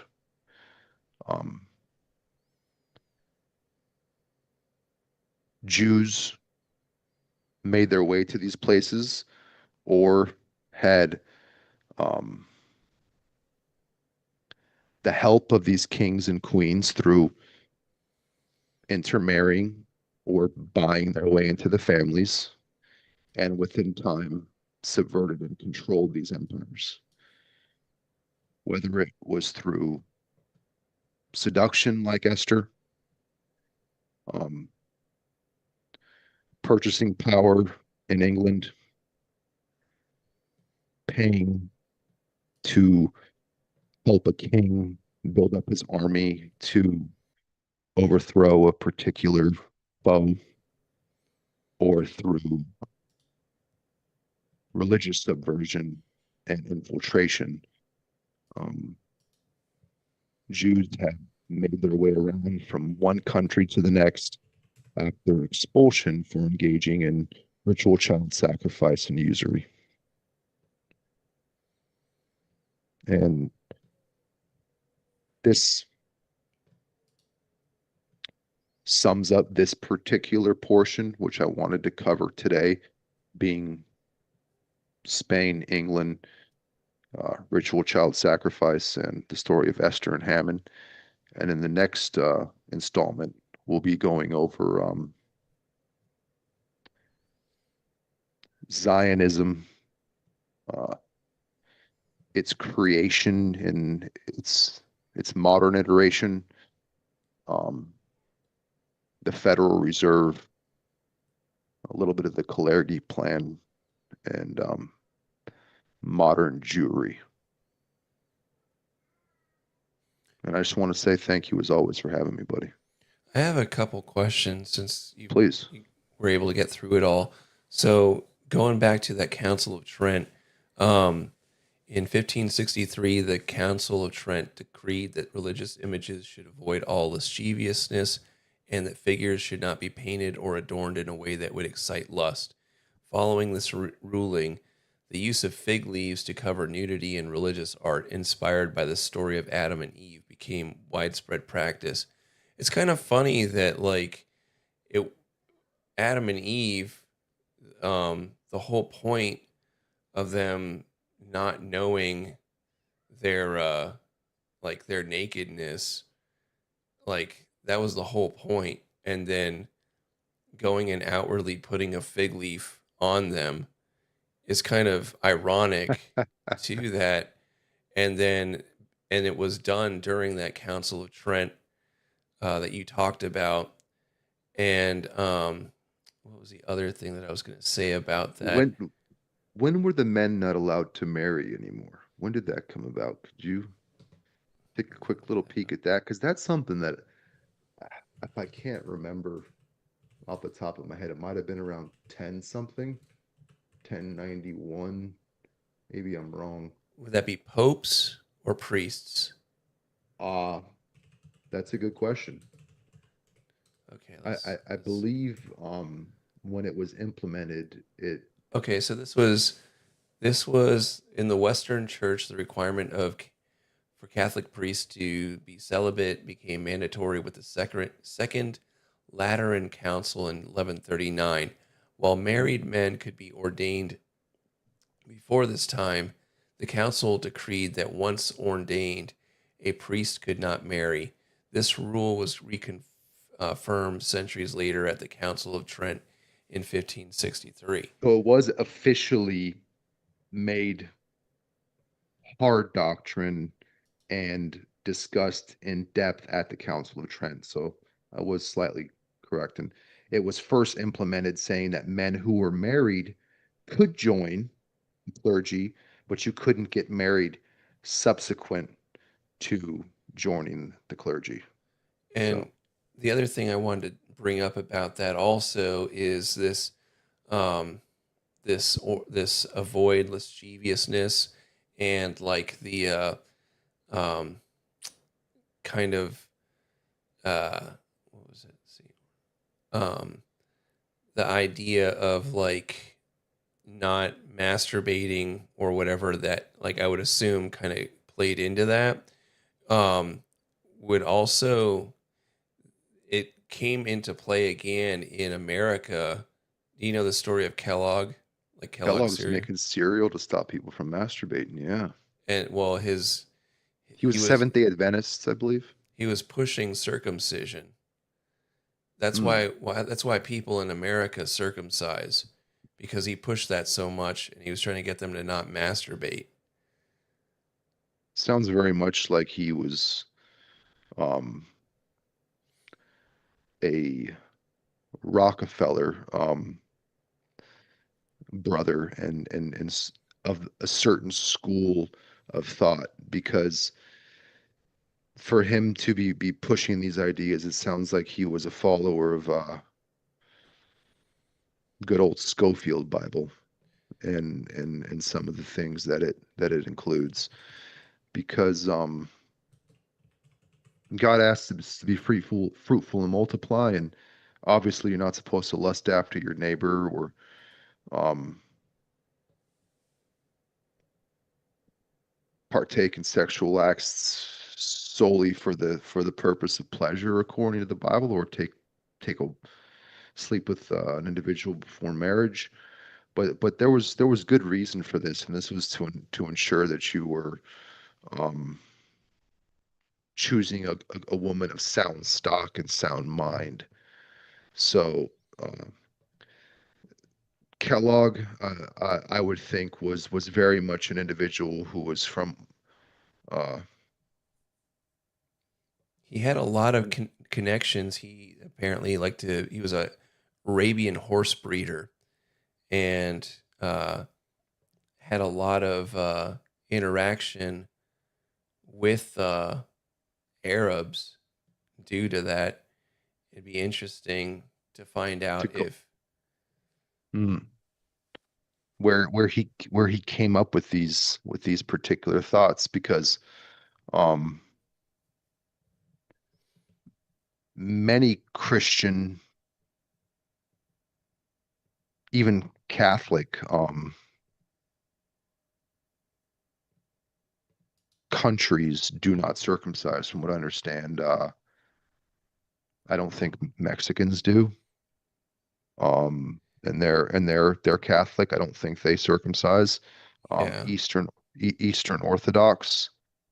Um, Because I was just learning recently that like there was no need for circumcision after Christ's after Christ. sacrifice. Yeah, Yeah. that's something we had talked about, and I believe there's something to that. Hence, there's no more reason to engage in any other sacrifices for that matter. Jesus was the last sacrifice, and that's why the things that the Jews do on Passover of having the chicken um, take their sins, um, it's it's it's essentially blasphemy at this point, and it's against the commandments that have been given to them because with the new covenant these practices become null void and they're all thrown out the window. And before I forget, so I brought up to you when we were talking solo about this codex, this Lailashi codex. Did you have any chance to I investigate that at all? I was able to listen to a little bit of it when working, but her accent accent is is quite it's quite thick, and in order to get a good understanding, I'm going to have to spend some a little bit of time with it. But from what I understand, she discusses um, migration of the Jewish people throughout Europe, and that particular codex was found in the mountains of Georgia, yeah. which is interesting. And the reason I'm bringing that up is because we started this conversation about um, the migration from which that would be kind of in the Babylonian era. Not far, not far. Yeah, It's just north of the just Babylonian north era, and then near Armenia, it would which is match where Armenia is where the. Sorry, go sorry. ahead. I was to say Armenia is where Noah's Ark landed on Mount Ararat. So again, not far at all. So if I'm looking at a map right now, and they're coming, let's say, from migrating through northern Iran, through the Babylonian or former Babylonian Empire, up through Georgia, and then you start getting into Ukraine-ish area.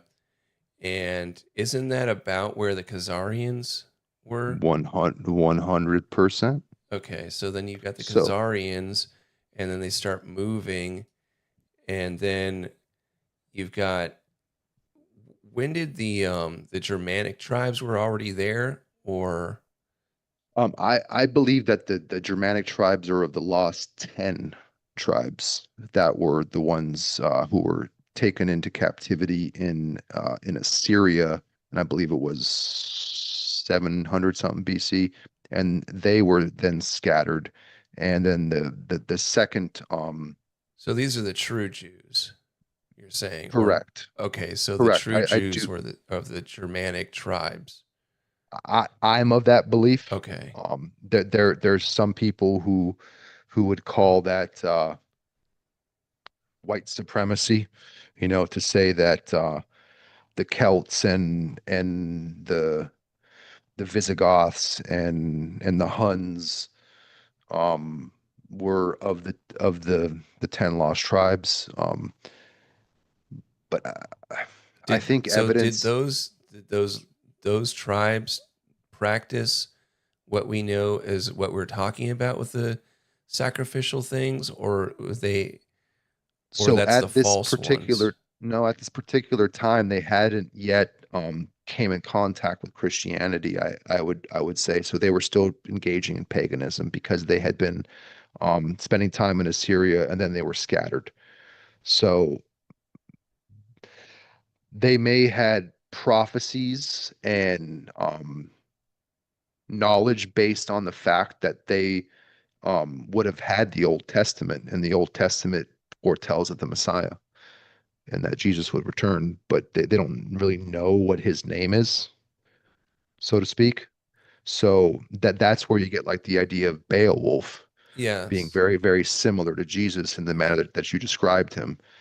But they venerated Beowulf just because they didn't have any context of who Jesus Christ was.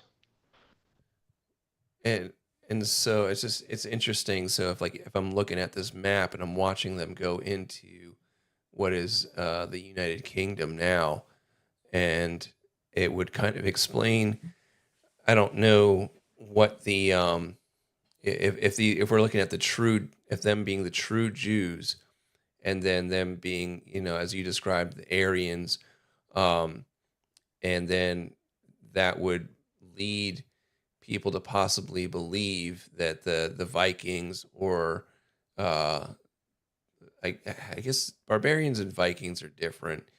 Well, the Um, barbarians are associated with the Barbars, which is the North African coast and what's considered Morocco and Algeria. But they were technically a Caucasian, lighter skinned. They like if you even go there, the people who aren't and haven't been Arabized after the Arab invasion, they have light colored eyes, like greenish, bluish eyes you could still find in these regions. Their skin's darkened as a result of the inbreeding with you know Nilotes and people south of the Sahara, sub-Saharan Africans who have made their way up, Did they or travel the coast of northern Africa to get there, or did they go through Europe to get there to I Morocco? assume they traveled the Mediterranean via the northern coast of Africa, and then some probably went a little bit skirting the northern route and settled in Greece, or settled in Italy, or settled farther west in the British Isles, Because they got their or name it's Barbar from the Greeks. The Greeks are the ones that gave them the name that Barbar. because I'm sure in the Greeks encountered them. Maybe they trade with them in some capacity. But the idea that they were savages is a later concept. According to certain schools of thought, they were just as civilized as the next man. Okay. And then we've got Although they may have been living in tents, much like the Jews did, which is where we get the Bedouins. and is there any I don't know all these different tribes. I know there was like a map I used to see people arguing with each other on 4chan about like what the true like original groups were. So like Finland is kind of in the middle between Sweden, and then you've got, To the right of Sweden, yeah, next to Denmark, but it's kind a of the middle between like it could little be. south. What I'm saying though is like you've got the Swedish were known for like or the Norwegians and Swedish were kind of known more as like Vikings, and that Hmm. wasn't so prominent in Finland. And then you've got like, is there a split off between like into Russia? Well, This technically, group. that would be the Finns because they're the individuals who have a language which is closely related to a people from the Urals, the Ural Mountains in Russia. So the Finns would be more ethnically diverse, so to speak, from a language perspective, than the Finns, the Danes, and the Norse, who all had a more common culture. The Finns are also closely associated with the Sami, but you find that in Norway as well. The Sami are Because like it's always yeah. weird, like people don't understand how I tan so quickly, and like they always make fun of like Finnish people for being Mongolians, and like, but I was born actually. I had like blonde hair until I was like 6 years old, and then all of a sudden it started getting darker. Like once I started cutting it, and it's kind of a weird culture. I mean, aside from like today, they're fucking weird people, but like it's a weird culture to kind of like figure out their like true roots behind and it. and that's an interesting thing to discuss because according to at least certain schools of thought, I don't know if you've heard of the Bach Saga. Mm, Have you heard of the Bach Saga? I believe it's based in Finland, and it it's the idea that Helsinki was at one time at the North Pole, but it wasn't cold. It was an endless summer, and that the story of the Bach Saga Hello, can't everyone. Welcome be back to another episode. sorry. changed or mutilated because it's based on a mathematical representation where the letters also equal numbers, and should someone alter the Bach Saga, it would be apparent in the breakdown of in the manner in which the story is arranged. It's a very interesting thought, but it's supposed to tell, according to the Finns and the individual who's presenting this idea, the origin of the Finnish people, and speaks of kind of an idea that Finland, or Helsinki in particular, was kind of the city at the top of the earth when the poles happened to be in that particular area, and it was an endless, everlasting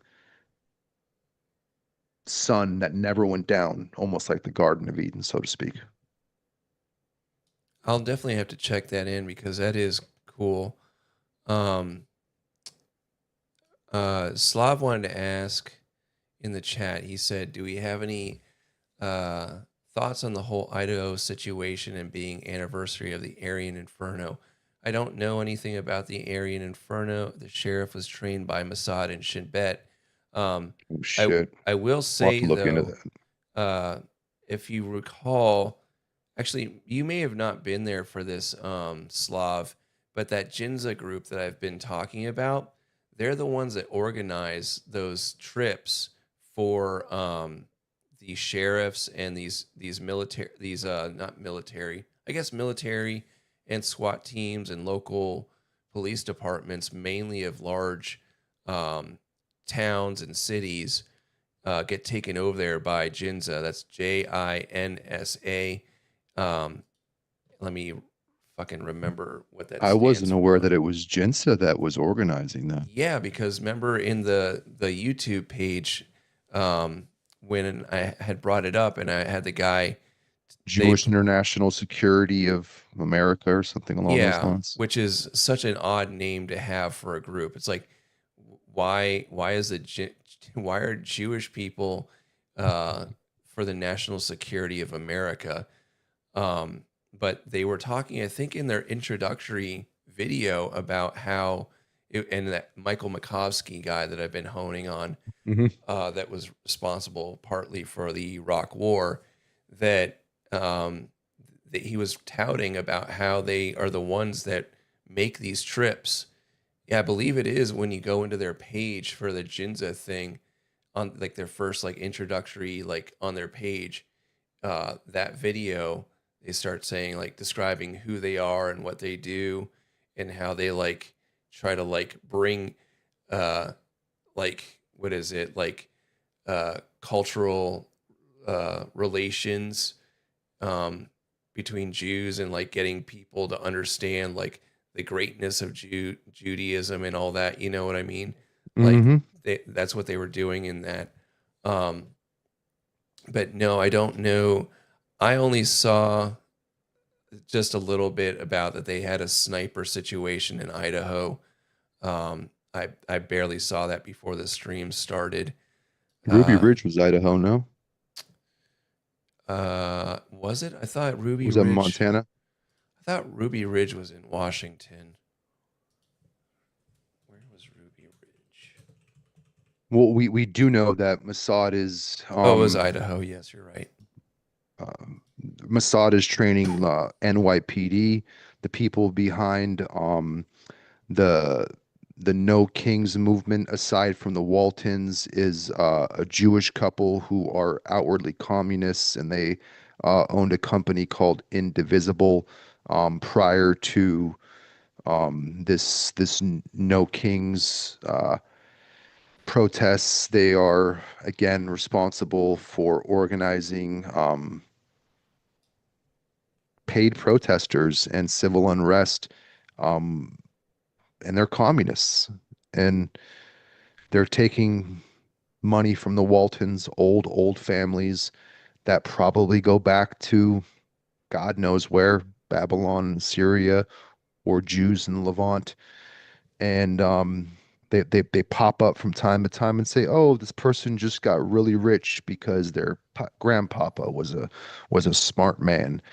When in reality, these people are backed by older banking families who prefer to stay out of the spotlight, and they allow these other families to get a leg up should they play ball and dance accordingly. What reality Sorry, I just wanted to No, you're good. put this into my history, and it automatically plays these things.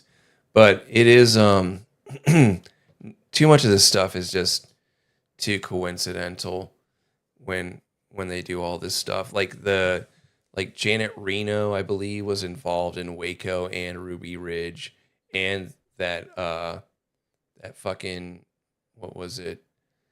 That kid, she was a major player in that what's the Elian Gonzalez? There was like a giant Then we fucking got Jolly West, the psyop guy, who's a hypnotist and involved in Manson, and uh, I think Jack Ruby, and um, bunch of serial killers. He was an MK Ultra guy. So there's the chief of Metro Las Vegas. He was like the emergencies coordinator person. He oversaw the Las Vegas shooting and the yeah. fire in Lahaina. And it, they always have these particular people that show up at particular times, like Fauci and COVID. He was also involved in AIDS and AZT. I mean, these people, these families, these groups, they're all connected, and in my opinion, they're all followers of Satan, Lucifer, Saturn, uh, Shiva, or one iteration or the other of the dark forces that plague this world, that are in direct opposition to Jesus and our God, our Heavenly Father, who's written what the outcome will be, but they've chosen a side, and we've chose ours. Um, fuck. What was I gonna say? These. Okay. Damn it! I forgot what I was gonna say. I want to thank everyone who came out tonight and participated and made comments and listened, and um, I very much enjoy doing these, and looking forward to next week. Definitely. Do you want to chat a little bit after? Yeah. Okay. We're gonna end the stream. Appreciate you guys, as Jared said. It was really fun. Once we get the ball rolling, I think we have some good chemistry and we really start getting into some good topics. So I know sometimes it starts out a little slow because we got to kind of get our rhythm, but like it definitely picked up. I learned a shit ton. I got more to study about this Bach thing that you were talking about. That was Bach pretty Saga. cool. Bach Yes, Saga. sir. So I made sure I got a video in my YouTube history to watch later. But yeah, I think that's pretty much it for tonight. I appreciate you guys watching, and if you wouldn't mind liking the stream, that'll help spread what we're talking about until I meet my ultimate demise, which will be a permanent suspension from YouTube from flying too close to the sun. But all right, I'm gonna go ahead and stop the stream, and I'll chat with Jared a little bit.